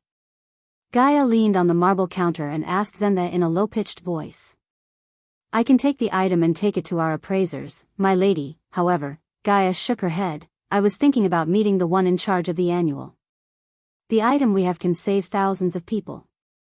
So it's pretty important. Since you have a VIP card, I can arrange a meeting with our manager Lord Anfailer. My lady, that would be great. Gaia grinned from ear to ear. Please wait a few minutes, my lady, my lord. Zenda turned around, walking into the room behind her. They can't figure out the formula using the list of ingredients we bought, right? Gaia whispered to Michael. She knew many alchemists who had recreated someone else's potion or pill formula by bribing the place where the alchemist buys the ingredients. For example, suppose an alchemist had a list of ingredients to refine a particular pill or potion. In that case, they could eventually come up with the formula. That was why many alchemists keep the list of ingredients needed for a potion or pill a secret and only buy the ingredients from a highly reputed place.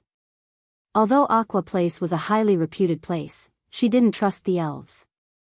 The latest _AP_SODIES are on _the website. I am not an amateur. I didn't need half the items in that list. Even the heavenly alchemists won't be able to find my formula, Michael smirked. Among the ingredients they bought, Michael only used a few of them because he wrote others to confuse if anyone tried to recreate the formula using the list. Michael didn't trust the elves either. They waited for another couple of minutes, and finally, Zenda walked out of the room again. Lord Anfailer will meet you now, my lord, my lady. Go straight and enter the third door on the left. Instead of leading them, Zenda provided them with instructions. Thank you, Michael nodded with a smile and entered through the door. Many of the elves in the hall creased their brows, seeing Michael entering the staff-only place. They wondered what the human was up to and who he was. They already began to murmur among themselves to find out who he was. Typically, they wouldn't bother with a human, but after seeing his cultivation level, they were startled. After all, every fusion stage cultivator they had met was old. Even Layla Alden wasn't as young as Michael when she reached the fusion stage. Michael, on the other hand, was flooded with system notifications. He received 20,000 badass points in a few minutes, literally doing nothing. Ignoring the notifications, Michael walked into the brightly lit corridor resembling the one upstairs. This is the place, Gaia said, looking at the name Anfailer Hurdy engraved in gold on the red oak door. Please come in. Suddenly, a chill, warm and welcoming voice came from the other side as though someone inside sensed them waiting outside. Michael opened the door to see an arranged room and an elf behind a glass table. The elf who greeted them bore a welcoming smile on his face. Unlike Iloba, the elf radiated warmth and friendliness.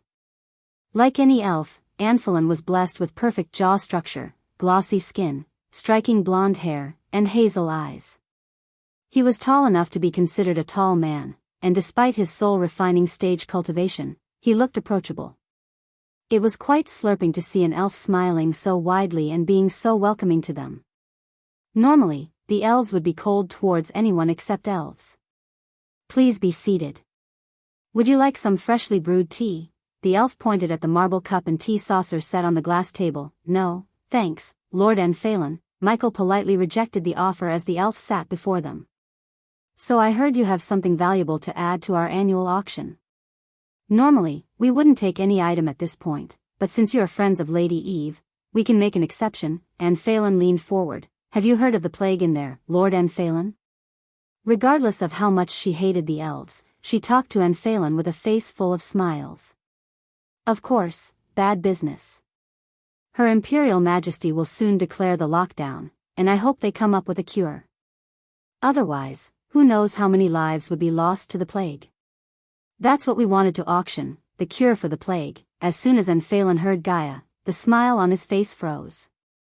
But soon, he snapped out of the surprise. Here, Michael retrieved the potion from his system's storage and placed it on the table. Visit. For a better user experience, 90% pure. It will cure the sickness in a couple of minutes. No side effects, Gaia explained as Phelan took the potion to examine it closer. If I may, where did you find this? I brewed it. Are you an alchemist? The alchemist.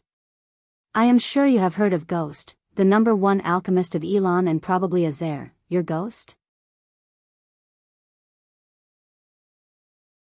Phelan was pleasantly surprised to see a young prodigy like Michael in person. Even in R, many related to the alchemy field have heard about Michael, especially after what happened in Azer during the alchemy competition. Phelan was one of the elves who admired and respected Michael despite their racial differences. One and only, Michael nodded. I have to ask. If you have the cure, why not sell them yourself? If I am right, you have a store. Don't get me wrong, the cure is a big thing. But I don't think it'll be worth the while to put it in the auction. Somehow Michael wasn't surprised to hear his words. Merchants like him would always put profits and well-being of their own above everything else. Hear me out, Lord Phelan. We don't want you to auction the cure and give us the coins. Whatever you make with the cure by selling it, you can have it all. Gaia initiated the negotiation as Phelan turned his gaze towards Gaia. Let me get this straight. You want us to auction the cure and take all the coins ourselves. You don't want anything, correct? Gaia nodded. You can have it all. We don't want a single coin. Phelan was speechless until Gaia explained her plans to him. You will get coins, and get promotion in one of the biggest stages. It's a win-win situation. Moreover, we are planning to venture into the treacherous ocean. If you do this favor, choose the Aqua Palace to auction the rare items we get there. Visit. For a better user experience, Gaia sweetened the pot by mentioning the treacherous ocean. For a few moments, the elf was completely taken aback by surprise. Of course, no sane one would venture into the treacherous ocean voluntarily. Still, after seeing Ghost's cultivation level, Phelan didn't think they would surely die. Besides, it was a great deal for the Aqua Palace. They would be the first ones to introduce the cure. First, however, Phelan wanted to check if they really had the cure. Have you tested the cure? Phelan asked without agreeing to Gaia's terms yet. Yes. We cured the Voldegards with the cure. Here, take this and test it on a sick one. Gaia placed another potion on the table. Phelan didn't say no to another potion. He had a sick one as Aqua Palace was researching the plague and trying to find a cure. In fact, every single major organization was working hard to come up with a cure. Whoever finds the cure first could earn millions as well as the Empress' favor. I'll be with you in a few minutes. Please make yourselves at home. Taking the 2 potions, Phelan left the room, leaving Michael and Gaia behind. Although Phelan left the room, several recording stones were hidden in places such as inside the chandelier above, behind the bear statue on the table, and on top of a portrait watching Michael and Gaia. They were like CCTV cameras recording everything. Michael could easily disable them with the system. But instead, Michael put his hands behind him and released the spiders. The little spiders quickly camouflaged themselves with the environment and crawled away. Since they were being watched, Michael and Gaia didn't speak to each other.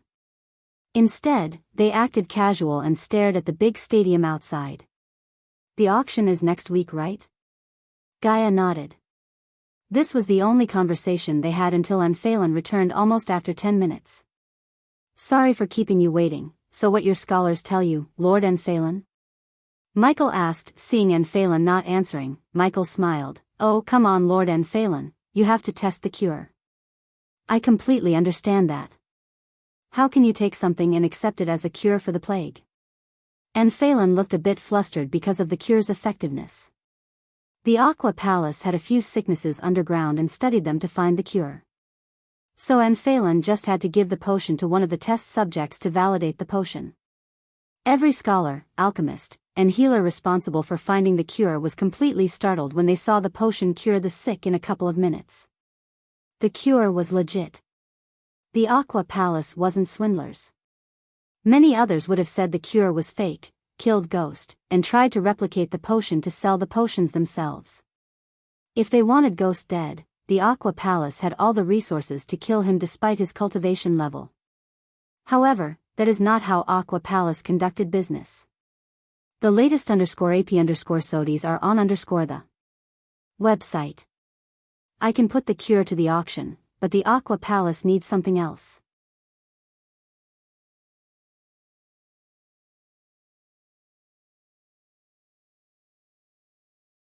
And Phelan may be warm, welcoming, and friendly, but he was still a merchant in blood. So Michael and Gaia weren't surprised to see him asking for something in return and negotiating for more. But, to be honest, they were both expecting. Please, Michael gestured at Phelan to continue. The Aqua Palace wants to help you distribute the cure throughout the continent, Master Ghost. Michael's smile disappeared as he creased his brows. What do you mean throughout the continent, Lord Phelan? The last time I heard, only Thera has this plague, and Phelan leaned forward and talked in a low-pitched voice. Can I trust that you won't tell a soul what I am about to tell you? Of course, Lord Phelan. You have my word, Michael nodded. The plague isn't restricted to Thera. A village has been put under lockdown in Sil Allery. We heard the news that people are also turning up with the same plague symptoms in other kingdoms. Each kingdom is doing its best to contain the news, but eventually, the news will spread across the continent. Soon, the Molten Plague will affect the entire continent. Molten Plague. That's what they named the plague? And Phelan nodded at Gaia and turned his gaze back at Michael. So basically I am sitting on a gold mine? And Phelan saw a cold opportunistic grin on Ghost's face that showed his other side. A gold mine that puts a target on your back, and Phelan said in a grave voice. I know you've been using the Rainshade Merchant Guild to distribute your products. No offense to them, but they won't be able to handle this. Because the moment the Molten Plague breaks out, the continent will be turned upside down. Those who weren't affected will run around like rabid dogs, and if they heard there's a cure, they would go to any length to get their hands on it. Forget about the cure, the rogues will target the source. The Rainshade Guild's strongest is a soul refiner. How could they fight against fusion stage cultivators? The latest _AP_SODIES are on the website. The news was simply too shocking to Gaia. If what Phelan said was true, even the Empress isn't safe anymore. No matter how big of an army she had, no one could fight the plague. She wouldn't be surprised if the Aqua Palace itself sabotaged their supply lines and blamed it on the rogue cultivators. But, as far as she was concerned, Phelan was a good guy to extend a helping hand instead of sabotaging them or simply killing them. So let's negotiate, Lord Phelan. What's the Aqua Palace's cut? 30%, Gaia immediately shook her head. 25%, and you will provide us with ingredients. Gaia gave Phelan her counteroffer, and surprisingly, he considered it for a few moments. Yet, he didn't simply agree to Gaia's terms. Instead, the both of them began to negotiate for almost 30 minutes. Their negotiation felt like a battle. But, to Michael's surprise, it was quite entertaining to see Gaia negotiate. She would have been a successful CEO of a major enterprise if she was born on Earth. Phelan had the experience, but Gaia had talent, pure natural talent for business. When they ended their negotiation, Phelan agreed to take a 20% cut and supply them with all the ingredients. In return, Michael had to give them exclusivity to the cure. That meant the Aqua Place would get 20% wherever he sells the cure. Even if he sells the cure in Majestic, a 20% cut had to be paid to the Aqua Palace. On top of getting free ingredients, Michael would get the protection of the Aqua Palace. In addition, Phelan would help Ghost get a VIP card in Aqua Palace. Gaia tried to get a VIP card as a part of the deal, but it wasn't in the hands of Phelan. So instead, the Arctic Hall would decide who to give the VIP card to every 5 years. Unfortunately, they offered new VIP cards last year, so Michael had to wait for 4 more years. Where should I send the contract to? To the Voldegard's mansion. "I'll be staying there," said Michael as Anflane made a mental note. "When can we expect the first batch of cure, Master Ghost?" "Let the molten plague spread more, Lord Anphalin." Anphalin's jaw dropped a couple of inches when he heard Michael. Not that Anphalin hadn't seen ruthless people, but he didn't expect Ghost to be this cruel. He looked like such a warm, gentle young man, but his words made Anphalin think Ghost was more brutal than he seemed. "We can start distributing the cure after the auction. That'd be enough for everyone to panic and feel desperate for the cure. Meanwhile, we will provide the people with healing potions.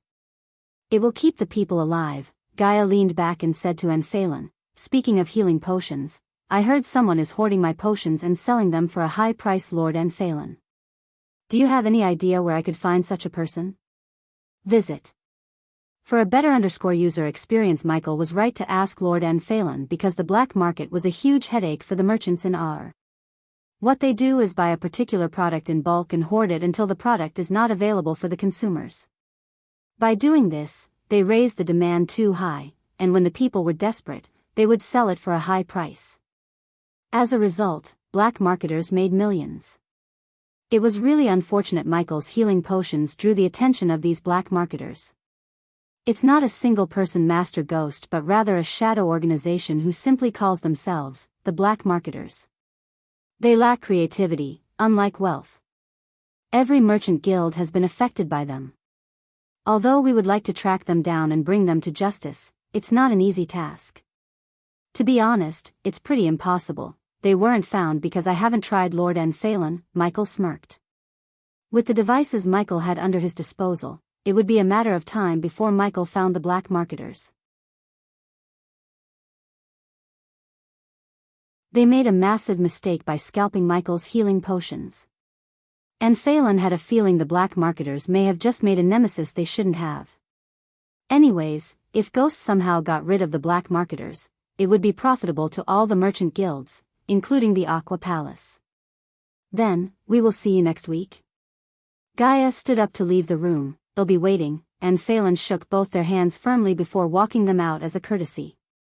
After talking to Anphalin, Michael was glad he attended the alchemy competition and received the token to bid. According to Anphalin, even he couldn't give any more tokens. If Michael didn't get it from the Alchemists Guild, he couldn't have taken part in the bidding and depended on Eve to bid for him. "You really embraced the darkness, huh?" Gaia asked after Anphalin sent them away.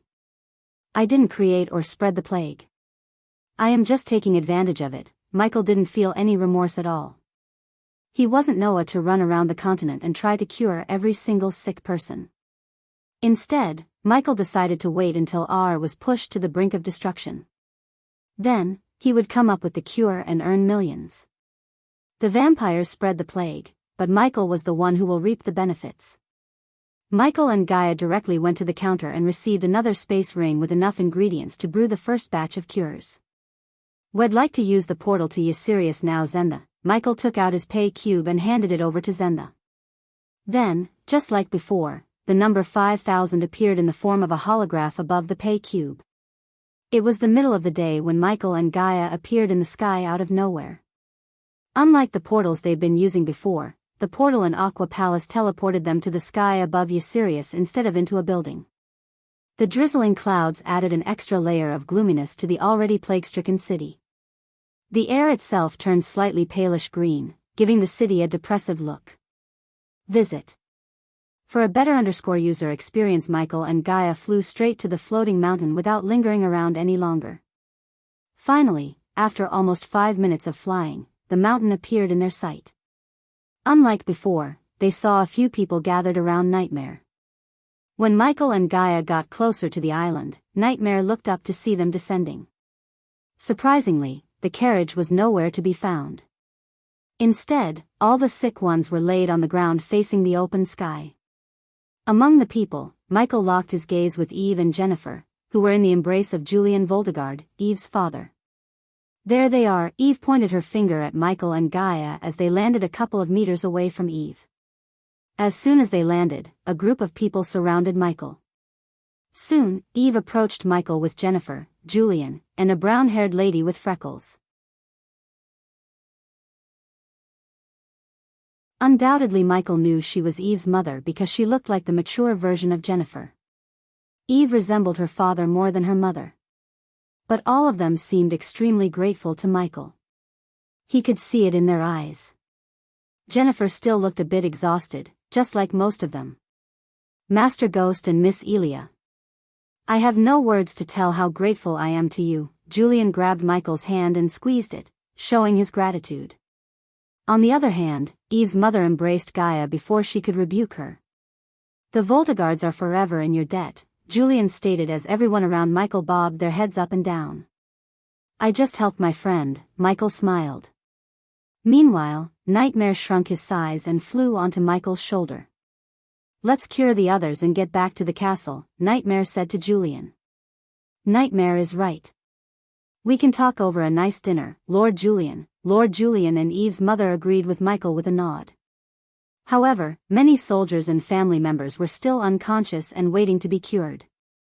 Just give me 15 minutes to brew the cure for all of them. Michael shot into the sky, flying towards the top of the hilt-shaped mountain to brew the cure in peace.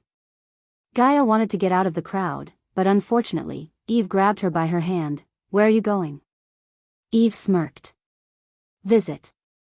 For a better user experience, Gaia hated socializing with them, but Eve made sure Gaia met every single family member while Jennifer shadowed them behind. At that moment, Michael and Gaia had no idea what they were about to hear from Julian.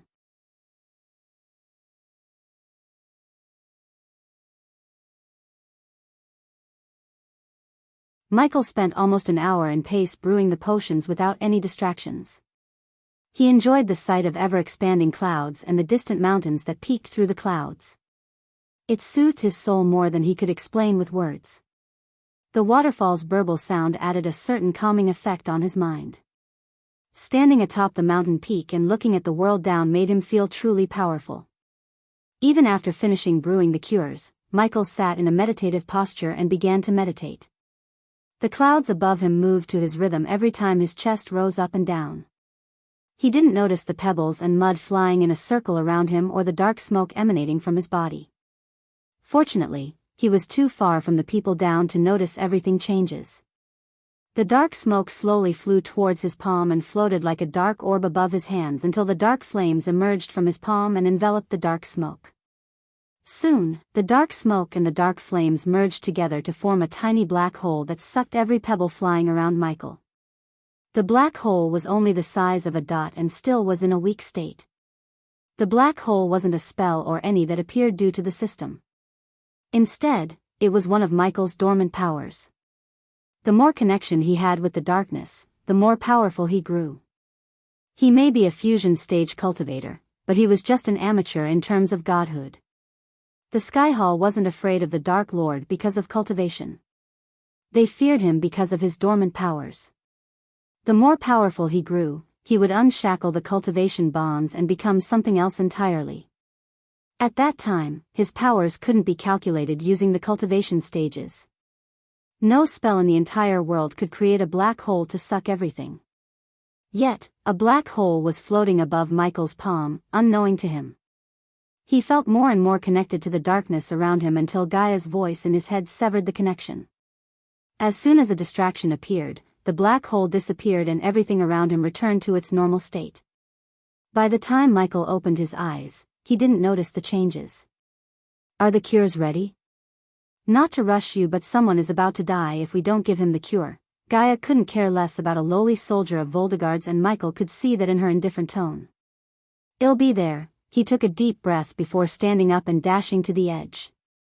After he left the place where he meditated, one could see a dark spiral appear in the ground for a moment, split second, and disappear. Back on the ground, a soldier had turned completely gray and his skin looked like it was made of stone. When Michael landed on the ground, he saw Lord Julian and his family surround the soldier. They all looked worried.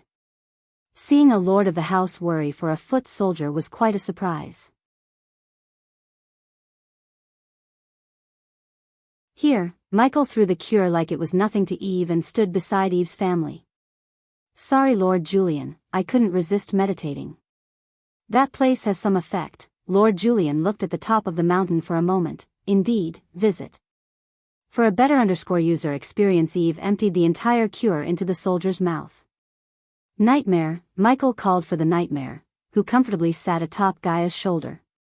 Seeing Michael calling him, Nightmare came to Michael with a single flap of his wings.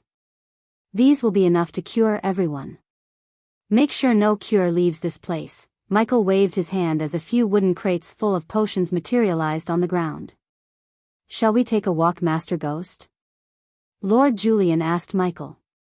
Lord Julian's eyes had a sliver of concern and Michael could see it clearly. At that moment, Michael thought Lord Julian was worried about building the Voldegards and bringing them to their former glory. After all, the Voldegards lost 3 fusion stage protectors. In a world where the fusion stage cultivators were scarce, losing 3 fusion stage warriors was devastating. They could easily survive or even be a powerhouse in Elon with the 5 soul refining stage cultivators. Still, in R, a family with 1 fusion stage protector would be like a wounded animal among a pack of hungry vultures. Sure, Michael wanted to first hear Lord Julian's plans for the family first before giving any ideas to Julian. But, as far as Michael's guts told him, Julian seemed a little bit soft. To lead House Voldegard to its former glory, Michael would prefer a leader like Eve, who was pretty ruthless and not afraid to get her hands dirty to get the job done. Leaving everyone behind, Michael and Julian walked along the stream. Sorry, Master Ghost, for being blunt, but what's your relationship with Eve? Michael was taken aback by Julian's question. He didn't expect Julian to ask about his relationship with Eve instead of family matters. Are you two in love? No, Michael shook his head rapidly. To Michael's surprise, Julian sighed in relief. Thank the gods, Julian looked relieved and smiled. Visit. For the best no_vel_read_ing experience. Wow, I didn't think I was such a bad choice for your daughter. Michael let out a small peal of laughter. Oh God, no. People would be in line to marry their daughters to you. It's just Eve is not a good fit for you. How come? Michael had no intention of marrying anyone other than Gaia, but he wanted to know why he was not a good fit for Eve. Julian took a deep breath. If she marries you, she will be in your shadows until she dies, Master Ghost. You reached the fusion stage at such a young age. Heaven-defying talents like you only appear only once in thousands of years. No doubt you will reach the immortal stage, but Eve, Julian looked at Eve, who was helping the soldiers in the distance, and sighed. She is destined to be at the core strengthening stage forever. I have done everything to make her strong and protect her from the things people talk about her behind her back. Even in our family, they want me to choose Jennifer's husband as a successor after she marries. Why not Eve's husband? Only if she agrees to get married. She put a tough wall around her, Master Ghost. But she is just a gentle girl behind that wall. Did she ever tell you about Filvander? Michael slowly shook his head. He had never even heard of the name before. He was once Eve's fiancé. Another pleasant surprise hit Michael, hearing Julian. She fell in love with him while studying in Golden Lake sect. Even though Filvander was an elf, we agreed to their love because we wanted Eve to marry someone she loves rather than someone we choose for her. Lord Julian's voice cracked, showing the great pain in his heart. What happened? Michael asked. The latest _AP_SODIes are on the website. After she reached the core strengthening stage, Eve and Filvander went to Nalanthilas to meet his parents. Filvander was an heir to one of the prominent families in Nalanthilas. He promised Eve he would convince his parents, and they also agreed to their marriage until they decided to see Eve's potential in cultivation. Once again, Lord Julian stopped talking for a moment. He couldn't speak freely due to the lump forming in her throat. Just thinking how many days he spent watching Eve crying herself to death. It took Eve almost a decade to come out of her breakup, and only now Michael knew about her life. They were the ones who told us that Eve cannot break through to the soul refining stage. She was destined to get old and die as a core strengthening stage warrior. Filvander's parents couldn't let their precious talented son marry such a mediocre girl. So he broke the engagement in her heart before leaving for Maze Roth. Michael was glad that he got to know more about his friend. Deep down, Michael felt the urge to visit Filvander and slaughter them all. However, something rubbed Michael in the wrong way when he heard the story. Eve was just 29 or so old. Reaching the core strengthening stage at 30 years old was considered a talent, let alone reaching the core strengthening stage at the age of 20. She was not anything but a mediocre cultivator. Nonetheless, time was such a cruel thing as it made once a talented prodigy into a mediocre cultivator. Everything Julian had said made sense except the part where Fylvander's parents initially agreed to let their son marry a human girl. Something about their agreement and later they checked Eve about cultivation didn't sit right with Michael. He had a feeling something was amiss. I cannot let my girl go through heartbreak again. I don't think she could go through it again. You're talented, good-looking, and talented. Any girl would fall in love with you, Master Ghost - Lord Julian, Michael interjected. Lord Julian, a guy and a girl can be friends without being romantically involved. Eve and I are friends. In this life, I already gave my heart to Elia. I appreciate you telling me everything, but if you ask me to stop being Eve's friend, you and I are gonna have a problem. Michael's gentle smile completely vanished from his face. Instead, he looked at Julian with an intense cold look. Although Julian was at fusion stage level 8, he couldn't help but get scared by Michael. To be honest, he shuddered.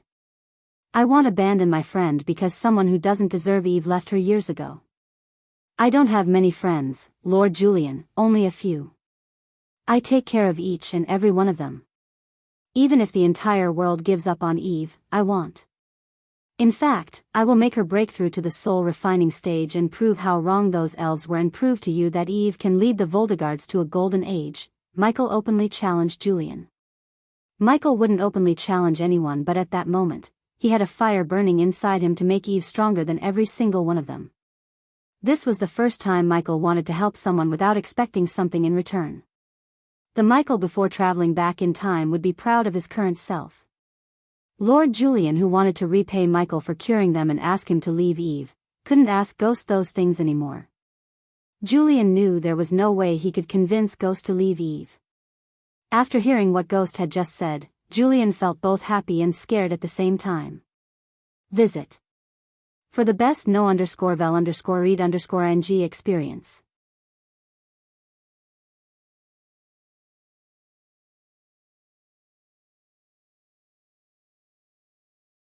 Michael and Julian returned to the group after a few minutes. On their way back, Julian uttered no words to Michael. Since 50 to 60 sick people were lying on the ground, Jennifer joined Eve in giving them the cure. It took the two girls almost an hour to finish. We should return to the castle, Eve came to Julian and said. Unlike before, Eve had a smile on her face. After knowing her story, Michael's respect for Eve reached another level. Fylvander may have been a married couple of elves and started his own harem, but Eve remained unmarried. There would be countless suitors for Eve if she agreed, and Michael was certain, given a chance, Noah might add Eve to his harem. Yes, Julian.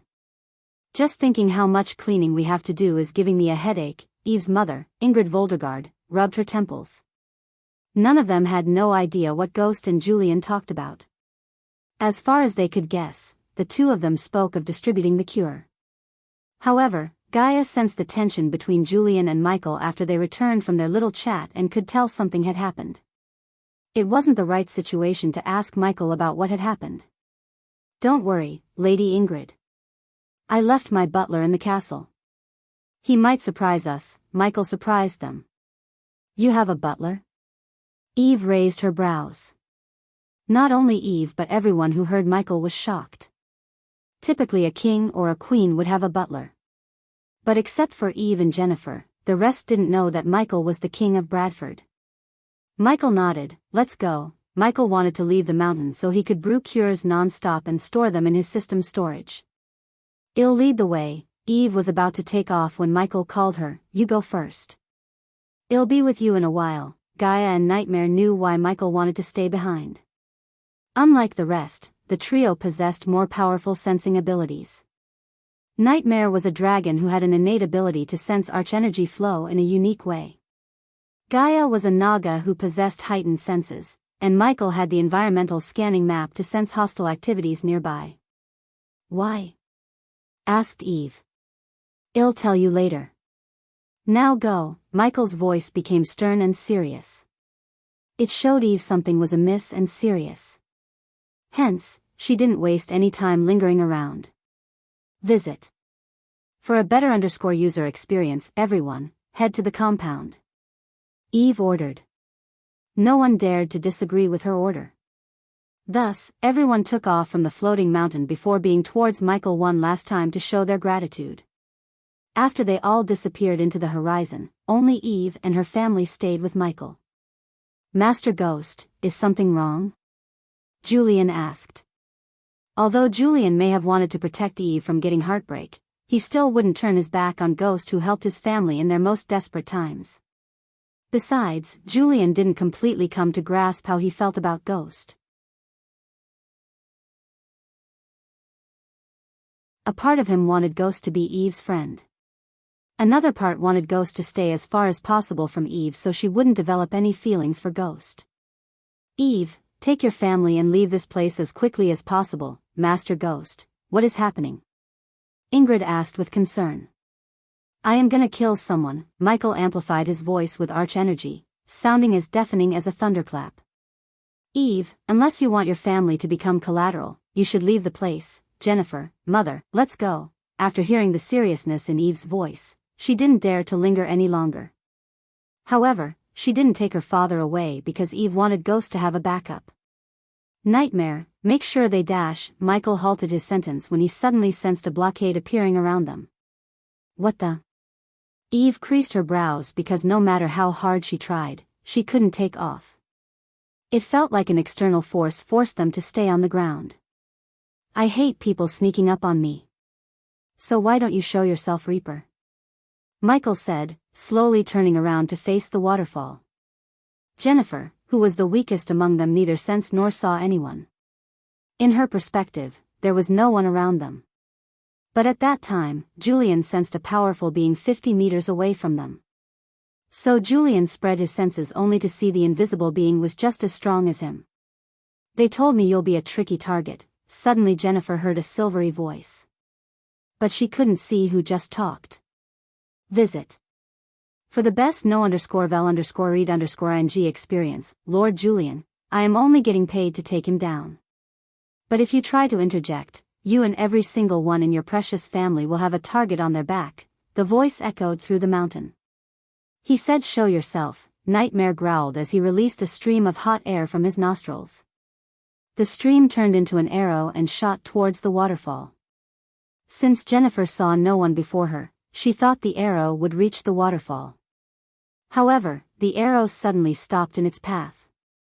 Soon, the air distorted to reveal a warrior adorning silver armor under a dark cloak. The wolf head pendant hanging around his neck was a dead giveaway to which organization he belonged, the Grim Reapers. As far as Jennifer could see, there were no symbols or intricate designs on his silver armor. It was just plain armor made of silver. She couldn't see his face because he covered his face with a lion mask. Let me guess, someone put a bounty on my head. I wonder how much this time. Michael remained calm. The Reaper was at the fusion stage level 8. Still, it wasn't enough to scare Michael, especially when Michael had the fear toxin mixed with the strain of molten plague. Why can't you just live without pissing off people? I feel bad to kill such a talented young man, the Reaper sighed. Back off, Reaper. Master Ghost is a guest of House Voldegard.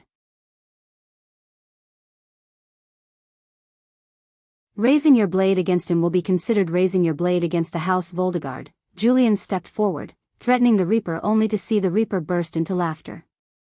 Lord Julian. You are in no palace to threaten me. Take my advice and back off. You have such a beautiful family. It'd be a pity to lose them. Why don't you make your move and find out? Eve's hammer materialized in her hand. Just like Julian, she stepped forward to fight for Ghost despite her cultivation stage. It's my fight, Eve. Michael patted Eve on the back and walked forward. Lord Julian, take your family and get out of here, Michael said to Julian, but he and Eve seemed reluctant. Get out. Michael's thunderous shout echoed through the area as the Sword Hilt Mountain trembled. As a result of his shout, rocks crumbled down from the mountain. The latest _AP_SODIES are on the website. The single shout was enough to terrify Jennifer and Ingrid. Even Eve took a step back. Come on, Nightmare quickly grew to his original size and shielded the family under his wings. He pushed them back. After seeing how Michael reacted, Julian couldn't stay here with Ghost. It was his fight and Ghost wanted them to leave the area. Besides, Julian didn't want his family to be collateral damage in a battle between two fusion stage cultivators. As a father and a husband, his first priority was to ensure his family's safety. Eve, go with Nightmare. The Reapers are unpredictable. They will use you and your family against Ghost, Gaia stated.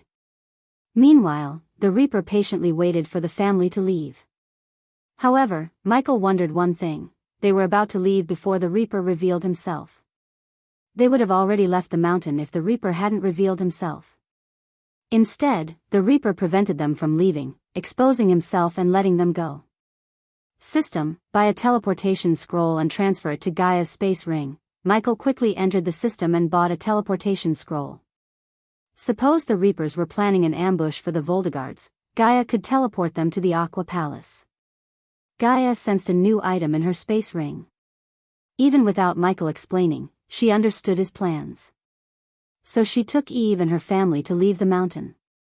Bring his head to the feast, Ghost. Eve didn't cry or form tears like typical girls. Instead, she had confidence in Ghost's strength despite the cultivation difference between him and the Reaper. So much confidence in her friend, the Reaper slowly clapped for Eve until everyone disappeared into the horizon.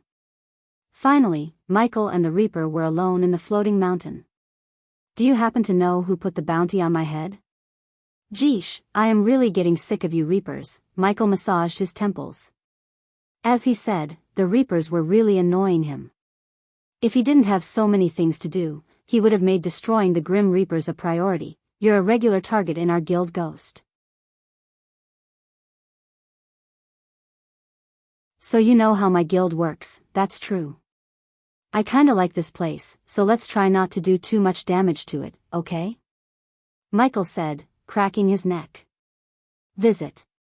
For the best no_vel_read_ng experience, I will try. The Reaper nodded. Then, two energy swords materialized in his hand. One radiated crimson red light while the other shone in bright blue. Fancy, said Michael, admiring the two energy swords. The battle excitement began to course through his veins. Normally, Michael would avoid battles. This fight, however, he couldn't avoid. Thus, Michael decided to use the Reaper as a dummy to test his limits. You're tuning into the Dreamy Love Stories YouTube channel. Don't forget to subscribe and join us on this journey to catch the most captivating stories.